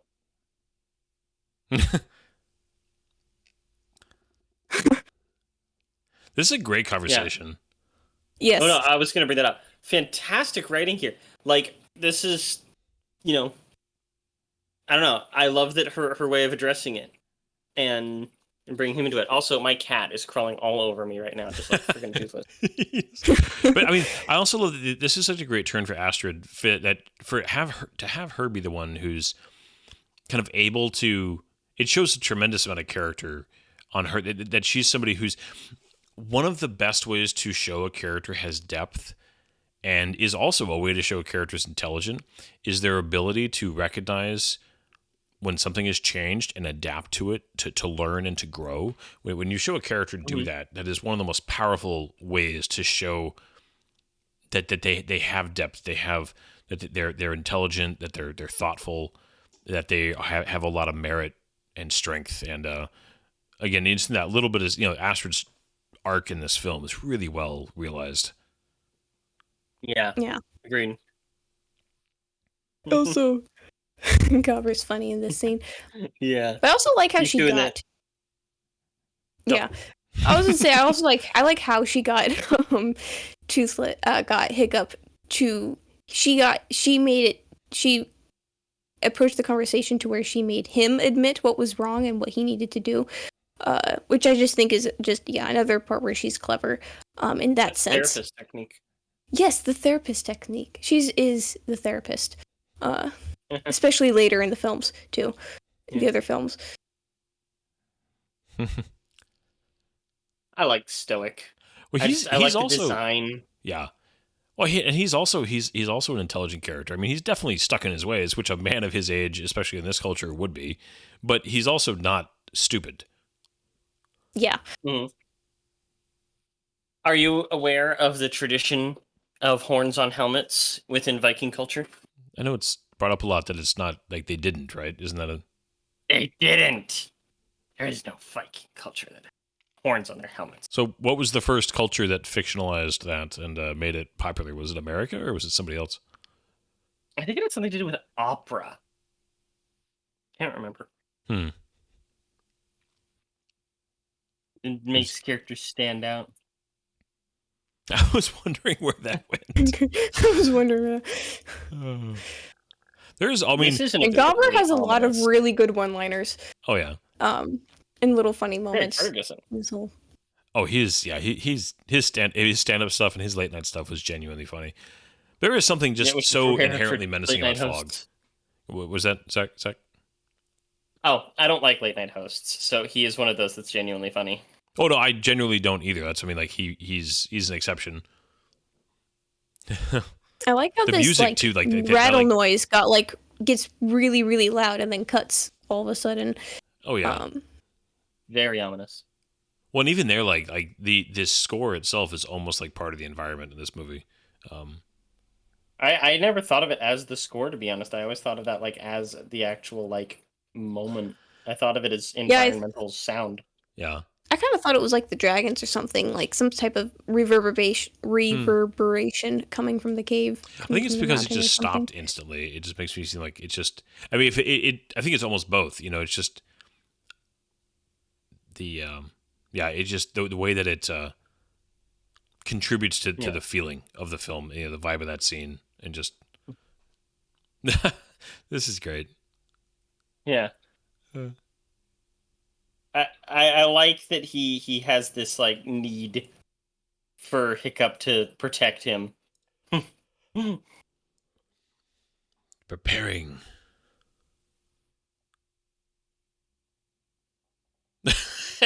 My undies. Here's a take on the and my axe. And my undies. Like, this was weird to me, but I'm like, you know what? I'll take it. Oh, great silhouette. Oh yeah. Oh, Good shot.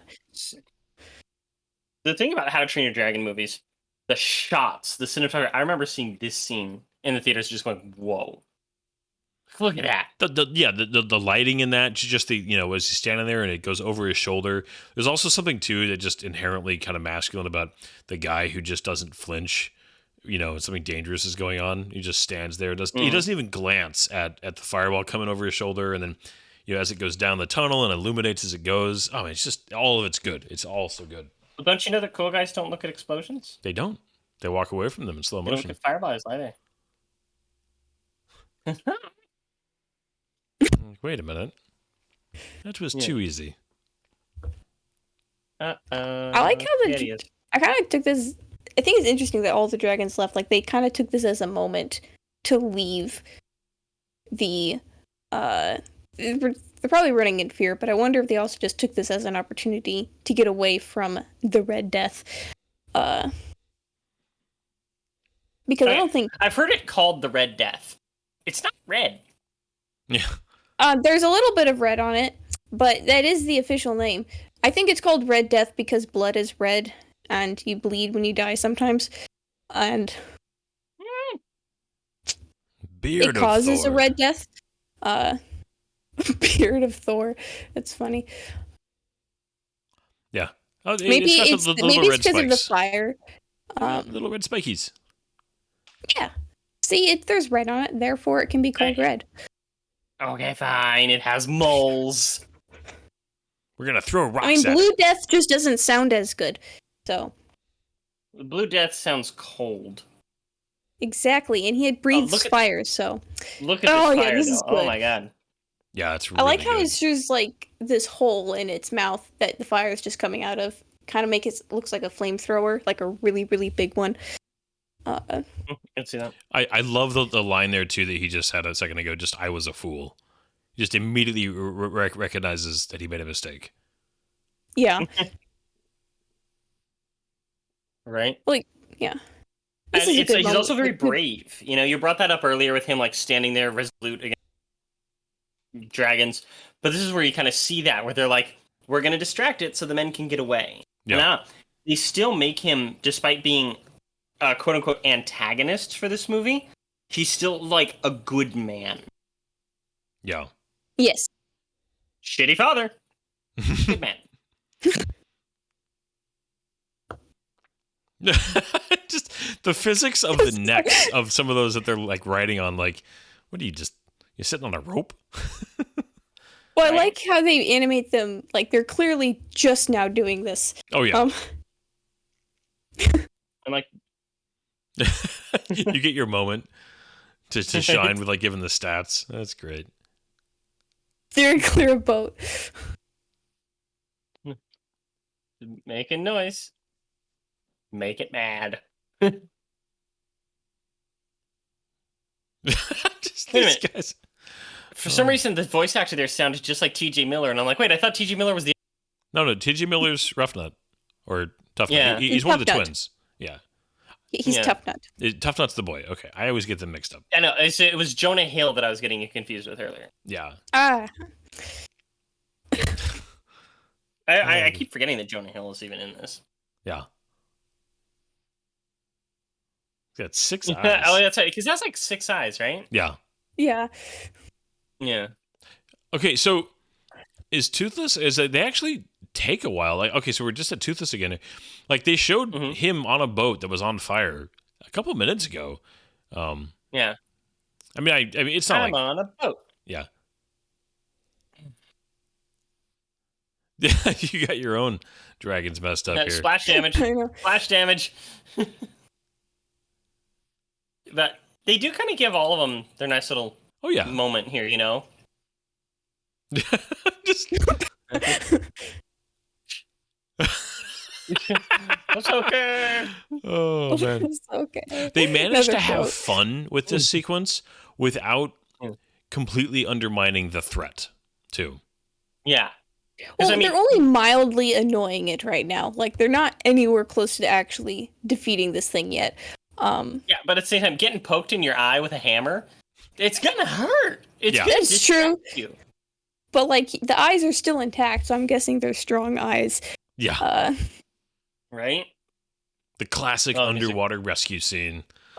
Music is good I here, too. love it. Uh. I mean, literally, just in stuff that I've watched today, there have been 2 very similar classic underwater rescue scenes. Oh, you know what? Another fun fact. So the animators, when they were filming reference videos, a couple guys, they actually went in a pool. One guy was holding a camera, and the other guy was mimicking Stoic's movements right here. But they actually filmed the reference video they went in an actual pool and I filmed love when they do underwater. stuff like that. Yeah. But that right there, that's character development. Oh, Like, yeah. Good character development. Yeah. Save the dragon then turns around and pulls me out. It's all good. This, Sound like the elephant. yeah. So now I'm just watching it. Yeah, I know. I just I want to know. like. We gotta keep talking. Well, that's It's me like too. the I like the emotional line is climax it of the actually- movie. Yeah. What I was going to say, I think that Has it. you know, when we talk about the kind of the third act being the least memorable, the character stuff is great.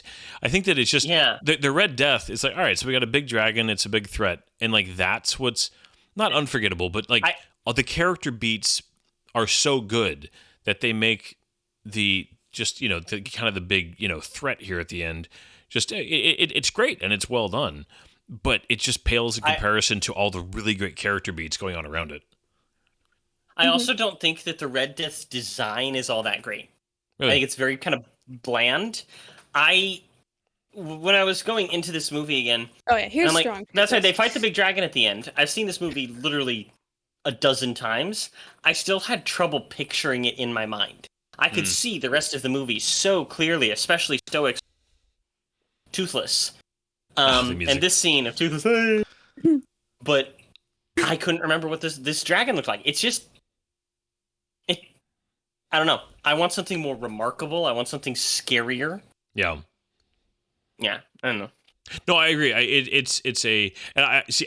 I picture it flying, or I see flying with kind of air quotes there. I mean, it does fly, obviously, but it's more memorable to me when it gets up in the air because it definitely has kind of that bee esque. Yeah. Like it Yes. just looks like physically it would, like, how does this thing get lifted by wings? But it does somehow.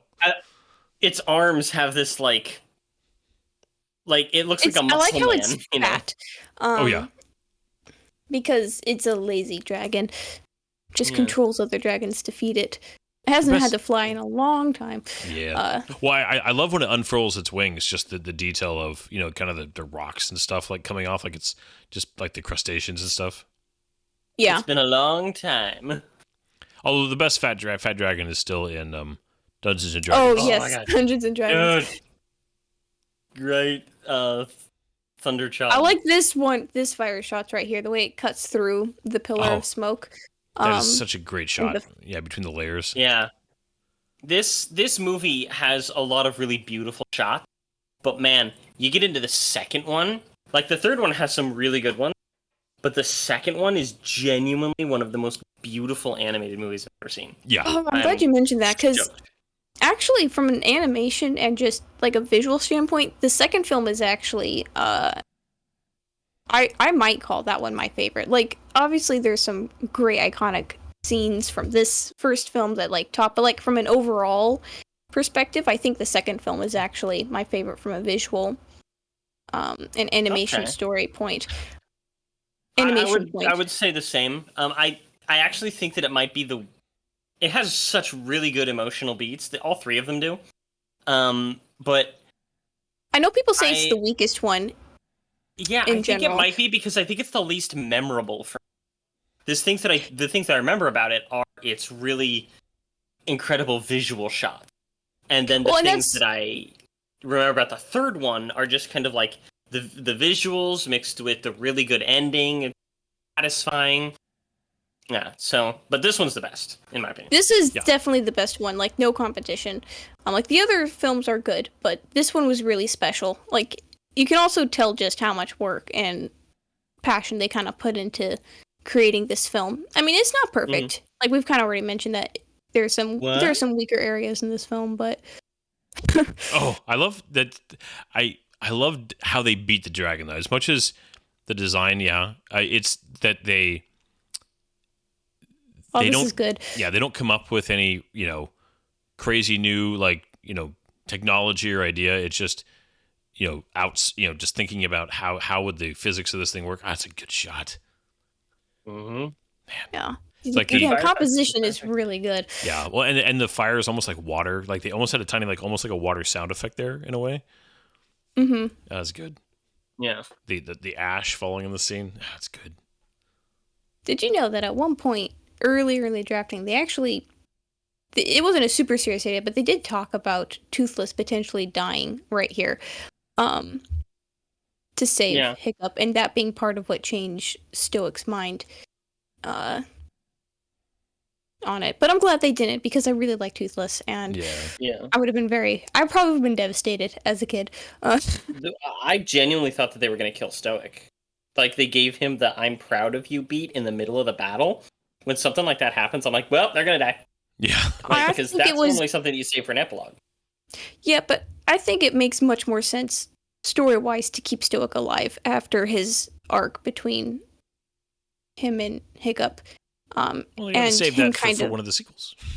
Yeah, exactly. They did that in the next film, but because he kind of represents the culture, right? So Stoic accepting the dragons and them being in the village later, I think is just just makes a lot of sense.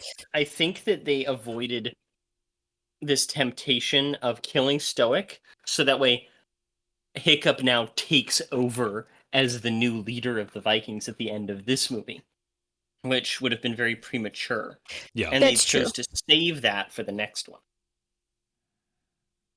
Mm-hmm. It's just good. This was so many times. I just enjoy watching it. Mm-hmm. Yeah, it's a great moment between Toothless and Stoic. Yeah, I like this. You don't really think about their their relationship a lot, but it actually is very good. Yeah. Well, most of them. The moment that he said that in the theater, I remember going, "Oh, what's this Yeah. going to be about?" That they Well, the fact, go ahead. yeah, the fact that Hiccup doesn't make it out unscathed, I think is a great decision. Same. We'll talk about a way to It connect just, him to Toothless in one more great, interesting way that oh yeah, like it's a they full both have. circle. Yeah. But also the animation and to an extent the voice acting, even though it's not as much, there's a little bit of it when he realizes what's happening. Incredible. Yes, Yeah. yeah, and I love how the theme is playing, but when it's playing during this scene, it's just a single piano. Oh yeah. To really sell that. Mournful. Mm-hmm. Since pianos, yeah, are used a lot for more bittersweet, sorrowful type. Yeah. I love this sniff.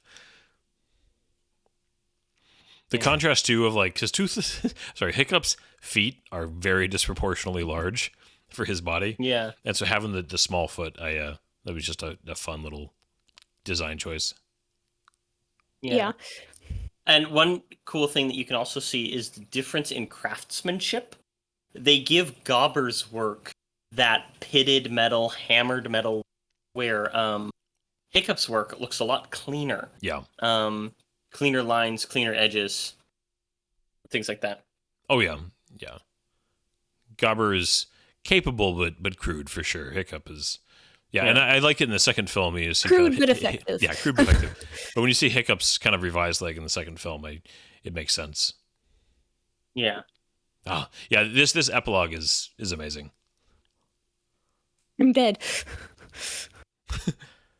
Your best shot. Man, sorry.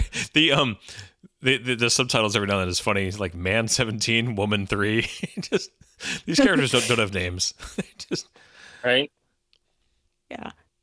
Gestured to all of me.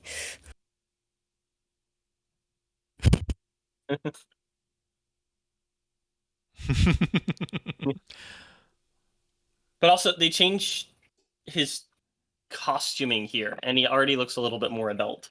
Oh. They take away the fuzzy Yeah. jacket. Yeah, they do. And he just got kissed on the mouth. He's like, I could get In used front to of this. everybody. Yes.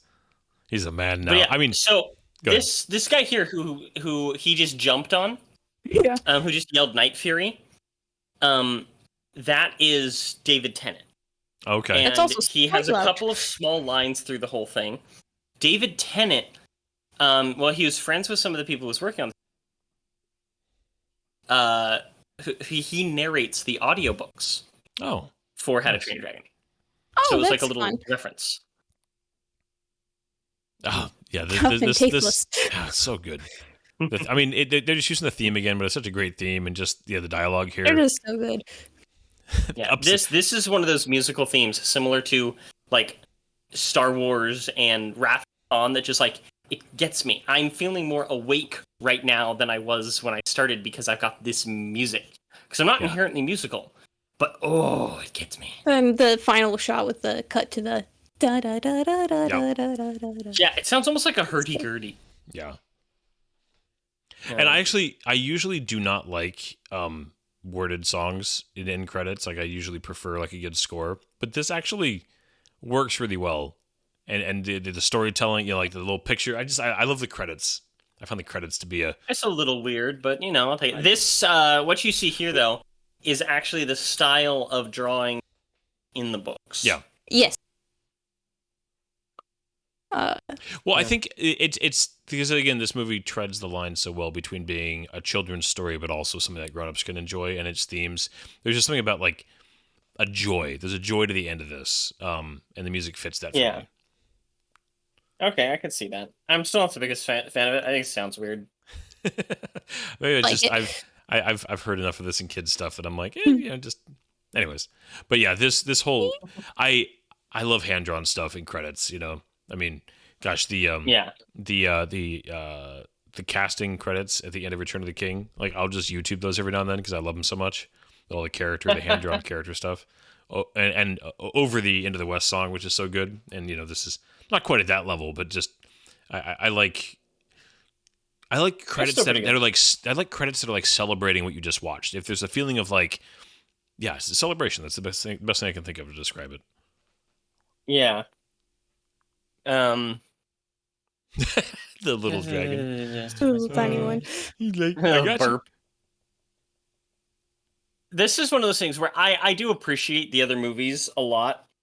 I never saw the TV show, so maybe they did this. I always wanted there to be more like creature myth to these movies. I wanted there to be more like I wanted to see them fight a kraken or something like that, you know? Have like griffins be the natural enemy of the dragons. Have some like cool action adventure dragon versus other mythical creature stuff. I actually heard that like they considered more mythical aspects in like the early stages of creating it and stuff, but that a lot of it was just kind of getting in the way of the story that they were actually really wanting to tell. I think I like the idea that the dragons are just another type of creature though, that are kind of a level above most of your animals, but they're still just a creature that exists. Because it feels cool, because like the ending of the third film especially, I like the idea that this is all something that could have like actually have happened, and that maybe the dragons are really still out there and stuff. So I think leaving out the more mythical type creatures I think keeps it its own thing. Because I will say in the shows, they don't fight mythical creatures, but they do actually find different kinds and weird types of dragons. There's actually this one dragon. I remember thinking that it just looks like some kind of Pokemon. It's kind of a funny design. But there's another one that's like actually the dinosaur from Jurassic Park where it like spits out the acid. Dilophosaurus. Yeah, there's a dragon like that, but instead of acid, it spits out amber that like hardens and entraps its opponents, and it like sings to lure in its prey. It's called a death song. It's probably one of the coolest dragons from the thing. So they do that. I will say it's really funny because in this film, when he's going through the book, he mentions a razor wing, which is one of the earliest like dragons, like conceptual wise, like it's a drag.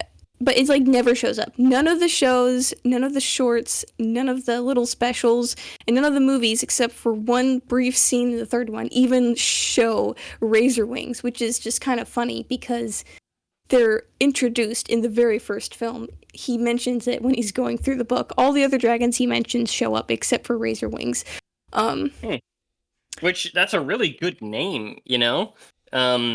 Sounds like something that'd be a Star Wars ship. Not to just take everything back to Star Wars, but I think it's probably because it's too deadly for a kid's franchise, because the whole point is that its wings are so sharp it can cut through full-grown trees, and I like, how do you make that cool without it like killing someone or maiming someone?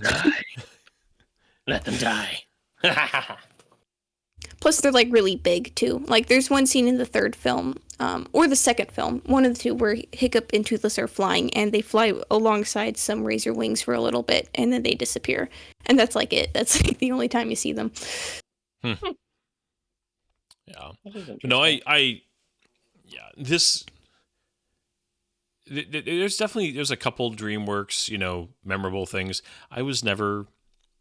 It was all the rage when I was a kid. Shrek came out right when I was 18, or 17, right around then, and everybody loved it. I actually never loved that one, but that was kind of DreamWorks big, kind of exploding onto the scene, big hit, and then Brian, you shut your. you can say whatever you want. I never loved it. Anyways, and then I remember Kung Fu Panda was. I love that movie. Yes. Yeah, and I do definitely have a soft spot for that. But this was, for me, and I know I referenced early Pixar before, and it's very cliche to talk big about kind of early Pixar and Toy Story and kind of that kind of. There's a magic that like Disney had way back in the day, but at this time, Disney had kind of lost their magic, a little bit, and they've had some good stuff, but I think this was kind of for me the peak of DreamWorks, just Because again, Kung Fu Panda, I think, is a little bit less than How to Train Your Dragon, but still a lot of fun, very, very charming, very memorable. Good characters, genuinely funny. But this was just, it captured the fun kid stuff, the charm of an animal sidekick, but also memorable people. But it also had mature storytelling that was deep if you wanted it, but a kid could also just enjoy that. Oh, it's just, it's funny. We're seeing people get smacked in the head with shields, and there's dragons, and there's like peril, but it's not so perilous that, little kids are going to freak out. It just, it threaded that needle so well creatively that, and that you has already kind of alluded to this. I like all three films, but when I think of How to Train Your Dragon, I think of this movie. I don't, I have to then go, oh yeah, and that about the second one, and that about the third one, and those are both really good. And you're right about the second one is being just visually stunning, and I think of his mom being kind of an odd character, but it's. And I think also about this. think This that is the movie I go to mentally, like without, and you have to prompt me off this movie. So go ahead. Yeah. Oh no, I was just gonna say one. I also think that the second one has the best villain in the series, most memorable villain. And that this one, I think of this movie series very similar to how I think of the Planet of the Apes trilogy, the recent one. And it's just like everybody kind of forgets about it, but it's so much better quality than almost anything else put out Yeah, it really is. in its genre. Yeah. And when we went through that, I was like, I wish I had seen those in theaters, the second and third one. And this one, I wish I had seen this first one in theaters because, Tasha, you mentioned you were, 6 when this came out, right? Or 7, it would depend. Yeah. But it was, you were, Sure, we didn't go, but- we didn't go see this in theaters. This was one we discovered later, and the second and third one, we saw those in theaters. Like you guys kind of found this. I think somebody told me about it, and we rented it, and then we ended up buying it in digitally so you guys could watch it. And then by the time the second one came out, you guys were, really excited about it. And so Yeah, I remember. You go into the theater, and it was a big deal. But yeah. I remember the theater we went to had like a bunch of the we went to like a really nice theater, and it had a bunch of the like posters and stuff and like cutouts for it. And it felt, I remember, so that's one of those theater experiences I actually still remember. I remember being so excited and going, and there were all the cutouts and posters were up with the characters and their new costumes, and going to the theater and watching it. It was a very fun, exciting time. I remember even getting the popcorn. Well, actually, you got the popcorn so we could go find our seats. Plus, How to Train Your Dragon was one of the few films all us kids could be happy watching. Yeah, Because that was definitely a stage where there was always one person, not always, usually one of the kids was like, I don't want to watch that. And it's like, well, you've been outvoted. You got to deal with it. There's one screen. So this was one of the few that you and Connor and Ashlyn all would happily sit down and watch together. Mm-hmm. yes. Yeah, my mom would make us pick a movie. Each of us would pick a movie, and then she would hide them, and whoever found their movie first, we'd get to watch that movie. And that's how I found out that she started hiding things in really, really horrible places, so that way she wouldn't have to watch that movie again. It's funny. Oh, there definitely is. That's part of the parents' rite of passage that you find creative ways to avoid the things that your kids love and you hate. But you have to do it in a way where your kids don't catch on till later when they're older, and it's okay now. Yeah, again, Batman and Robin. Oh, it's a bad movie, man. It's weirdly entertaining, if you're in the mood for that kind of thing, but it's not defensible outside of any other. I have it marked. I have it marked in pink on our list. It's so bad it's good. For those yeah. Oh, yeah. Which, for those of you who don't know, if it's on our list and marked in pink, that means it's so bad it's good. Yeah. Because we have green for good, yellow for okay, red for bad, and then pink for so bad it's good. Yeah. No color code if I hadn't seen. No, and I would agree with that one. If you're in the mood for just that kind of film, it is 100% that. But if you go into that movie expecting a serious Batman movie, well, I pity you. No, it's a toy commercial. My wife loves Batman. She'd never seen any of the Joel Schumacher Batmans or Batman Returns. Okay. I know there's a lot of people that She prefer grew up, Batman like- Returns over the original. I recently rewatched it because she grew up with the show Gotham and loved the character of the Penguin. So I'm like, let's see Danny DeVito's Penguin. Oh gosh. And I watched that movie. It's not good. No. It's actually quite bad. But we're talking about How to Train Your Dragon. Yes, Sorry yes, that yes. I got distracted. Yeah, we got on that. distracted. But no, I love this movie. I'm so happy to do this. I'm happy that we got Natasha to come and join us on this one because I knew this was special to you. And I think Tasha, Oh, yeah. this was also one of the first. Correct me if I'm wrong here, but I think this is one of the first films that I was able to get you to engage and be interested in. Why is it good? What are the things about it that make it interesting and good? From the art style to the writing to the characters, because when you're little, you don't have any interest in that kind of conversation.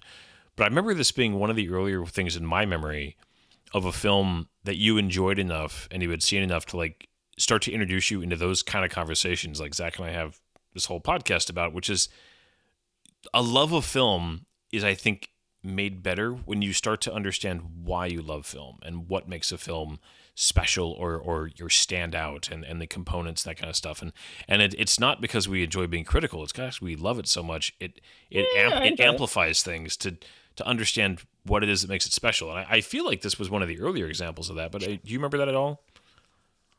Yeah, maybe not like any specifics, but I do remember that when we started talking more and more about what films were good or like what animated films were good or like what are some of your favorites, like How to Train Your Dragon pretty much always came up. It also helped that, like I mentioned at one point, I was definitely going through a phase, I don't know how else to phrase that, where I was just going through everything like How to Train Your Dragon related with like Connor especially. And so there was an excitement to just talk about it. Yeah, and plus I felt like I loved and understood this film enough that I was comfortable beginning to talk more and more about it. Plus it just helps that like we all loved the film so much and it's really fun to quote, and there's just all the characters are very enjoyable. Like there's no character in this that I don't like. The music is great. Like it's just such a good film. I mean, maybe it's not a perfect film, but it's just such an amazing film nonetheless. I think if somebody came to me and said, there's very few perfect films in this world, and one of them is How to Train Your Dragon, I wouldn't fight them on it. I think No, this is I honestly wouldn't genuinely one either. of the closest films that we've watched, especially here on this podcast, to a perfect movie. Yeah. There's not a wasted second. Yes. The only major complaint that I have, and it's not even a major care for the design of the final dragon. I want it to be a little bit more dynamic. I think that it shouldn't have been kind of that grayish blue. I think it should have stood out. I think it should have been red. I think it should have been something more memorable. Yeah. I think it's true. Because sorry. No, go ahead. All I was just thinking is when thinking of, you know how sometimes there's a film where you really like it, but maybe there's like those one or two scenes that like, oh, we gotta kind of get through this. There's like no scene in this movie where I'm like, oh, we gotta get through this scene to get to the next really Revenge of good the one. Sith.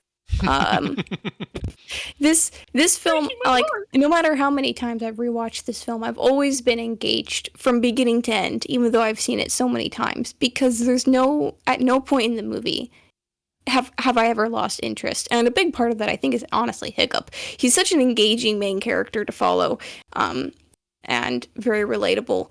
And Toothless is also just amazing and very cute, and also very scary and like powerful and like interesting, and you're with Hiccup, like getting to know Toothless is part of the joy of this film. And then by the end of it, you're just really, really sad that you can't have a pet dragon. And Yeah. Well, Yeah. I mean, it does. I was thinking, and I'm pretty sure I'm stealing this from IGN maybe, but their rating system, when they do a 10 out of 10, they specifically say there's no such thing as a perfect video game, but there are masterpieces where it accomplishes what it wanted to do so well, and the elements that work are so strong that any little nitpick seems just for the sake of kind of coming up with one, and it doesn't mean they're not valid, but there's something like, because I know that some people might disagree with this. I don't think that there's a perfect movie. I don't think that it exists. I think that there are masterpieces, though. I think that there are, and it's a good way to look at it, where it's just films that execute so well and have their elements so just the characterization, because the film is, the sound, the visual, the dialogue. It's the combination of so many different forms of art, and they just all come together to create something that, like you said, Tosh, I've seen this movie 40, 50 times in my life, probably. Again, when you're a parent, you understand how many times you watch movies. It's nuts. But tonight, I still catch myself just like, I'll just watch this. I'll just be engaged. And even with the legitimate criticism of the final dragon, the character moments that are happening throughout that battle keep it still very engaging. And even if you don't care too much about the actual creature itself, because it's kind of he's not very memorable, and it's pretty fast, honestly, that entire sequence. I think it's like 10 minutes. But again, you don't mind, because they're maintaining the strengths through that whole sequence of Stoic's beats and all of all the little moments that his friends get to have with their dragons, and obviously Toothless and Hiccup being kind of the linchpin of the whole thing. It's this movie is absolutely a masterpiece. I would argue that is true all day long. Yeah, I'm right with you there. Yeah, it feels almost wrong that we don't have something to tear into, Is that right? But the last couple weeks we're sitting here just like, let's watch RoboCop and How to Train Your Dragon. It's like, come on, let's watch some bad movies. Well, we both of us went into RoboCop 2014 ready to defend it, and by the end of it, we were like, nope, this isn't actually that good. This is bad. This is bad. This is a bad movie. I wanted it to be good, but it's a bad movie. Yeah. I do think, anybody who's interested, we are going to do the trilogy here. I know a lot of times when we start these, we only do one or two of them. We're definitely going to do all three here. So if you're interested, if you like How to Train Your Dragon, please come back, and we will be watching 2 and 3 here. But I do think we have, I'm quickly pulling it up. So we've got, some interesting ones coming up. I mean, we're going to hit the Pacific Rim films. The second one, Mixed Bag. And Big Trouble in Little China is a great movie we're going to be watching, but also... The second one isn't a mixed bag. Second one sucks. Okay, there you go. And then we get to the bad Superman movies, so we're going to have some movies to rag on soon. It's okay. Oh my gosh, the bad Superman movies. But, yeah. Well, we should wrap this up. It's just been so much fun hanging out with you guys, and I love doing this, and I appreciate that you guys make the time also. And anybody who's still listening, we appreciate you also. If you have any feedback for us, any share, subscribe, all that good stuff, we really appreciate it. We value that. We are, at the time of recording, we are just about at 1,000 downloads between the approximately 60 episodes we've recorded. So it's really exciting to kind of see that landmark happen. We love you all. We appreciate you all, and thank you. Yeah. Have a good rest of your night, everybody. Good night, everybody. Natasha, say goodnight. I said bye. Did not. Goodbye. That'll be a good ending. Goodbye, everybody. Oh, funny. There's doors and corners, kid. If you don't clear the room, if you don't come in slow, that room will eat you.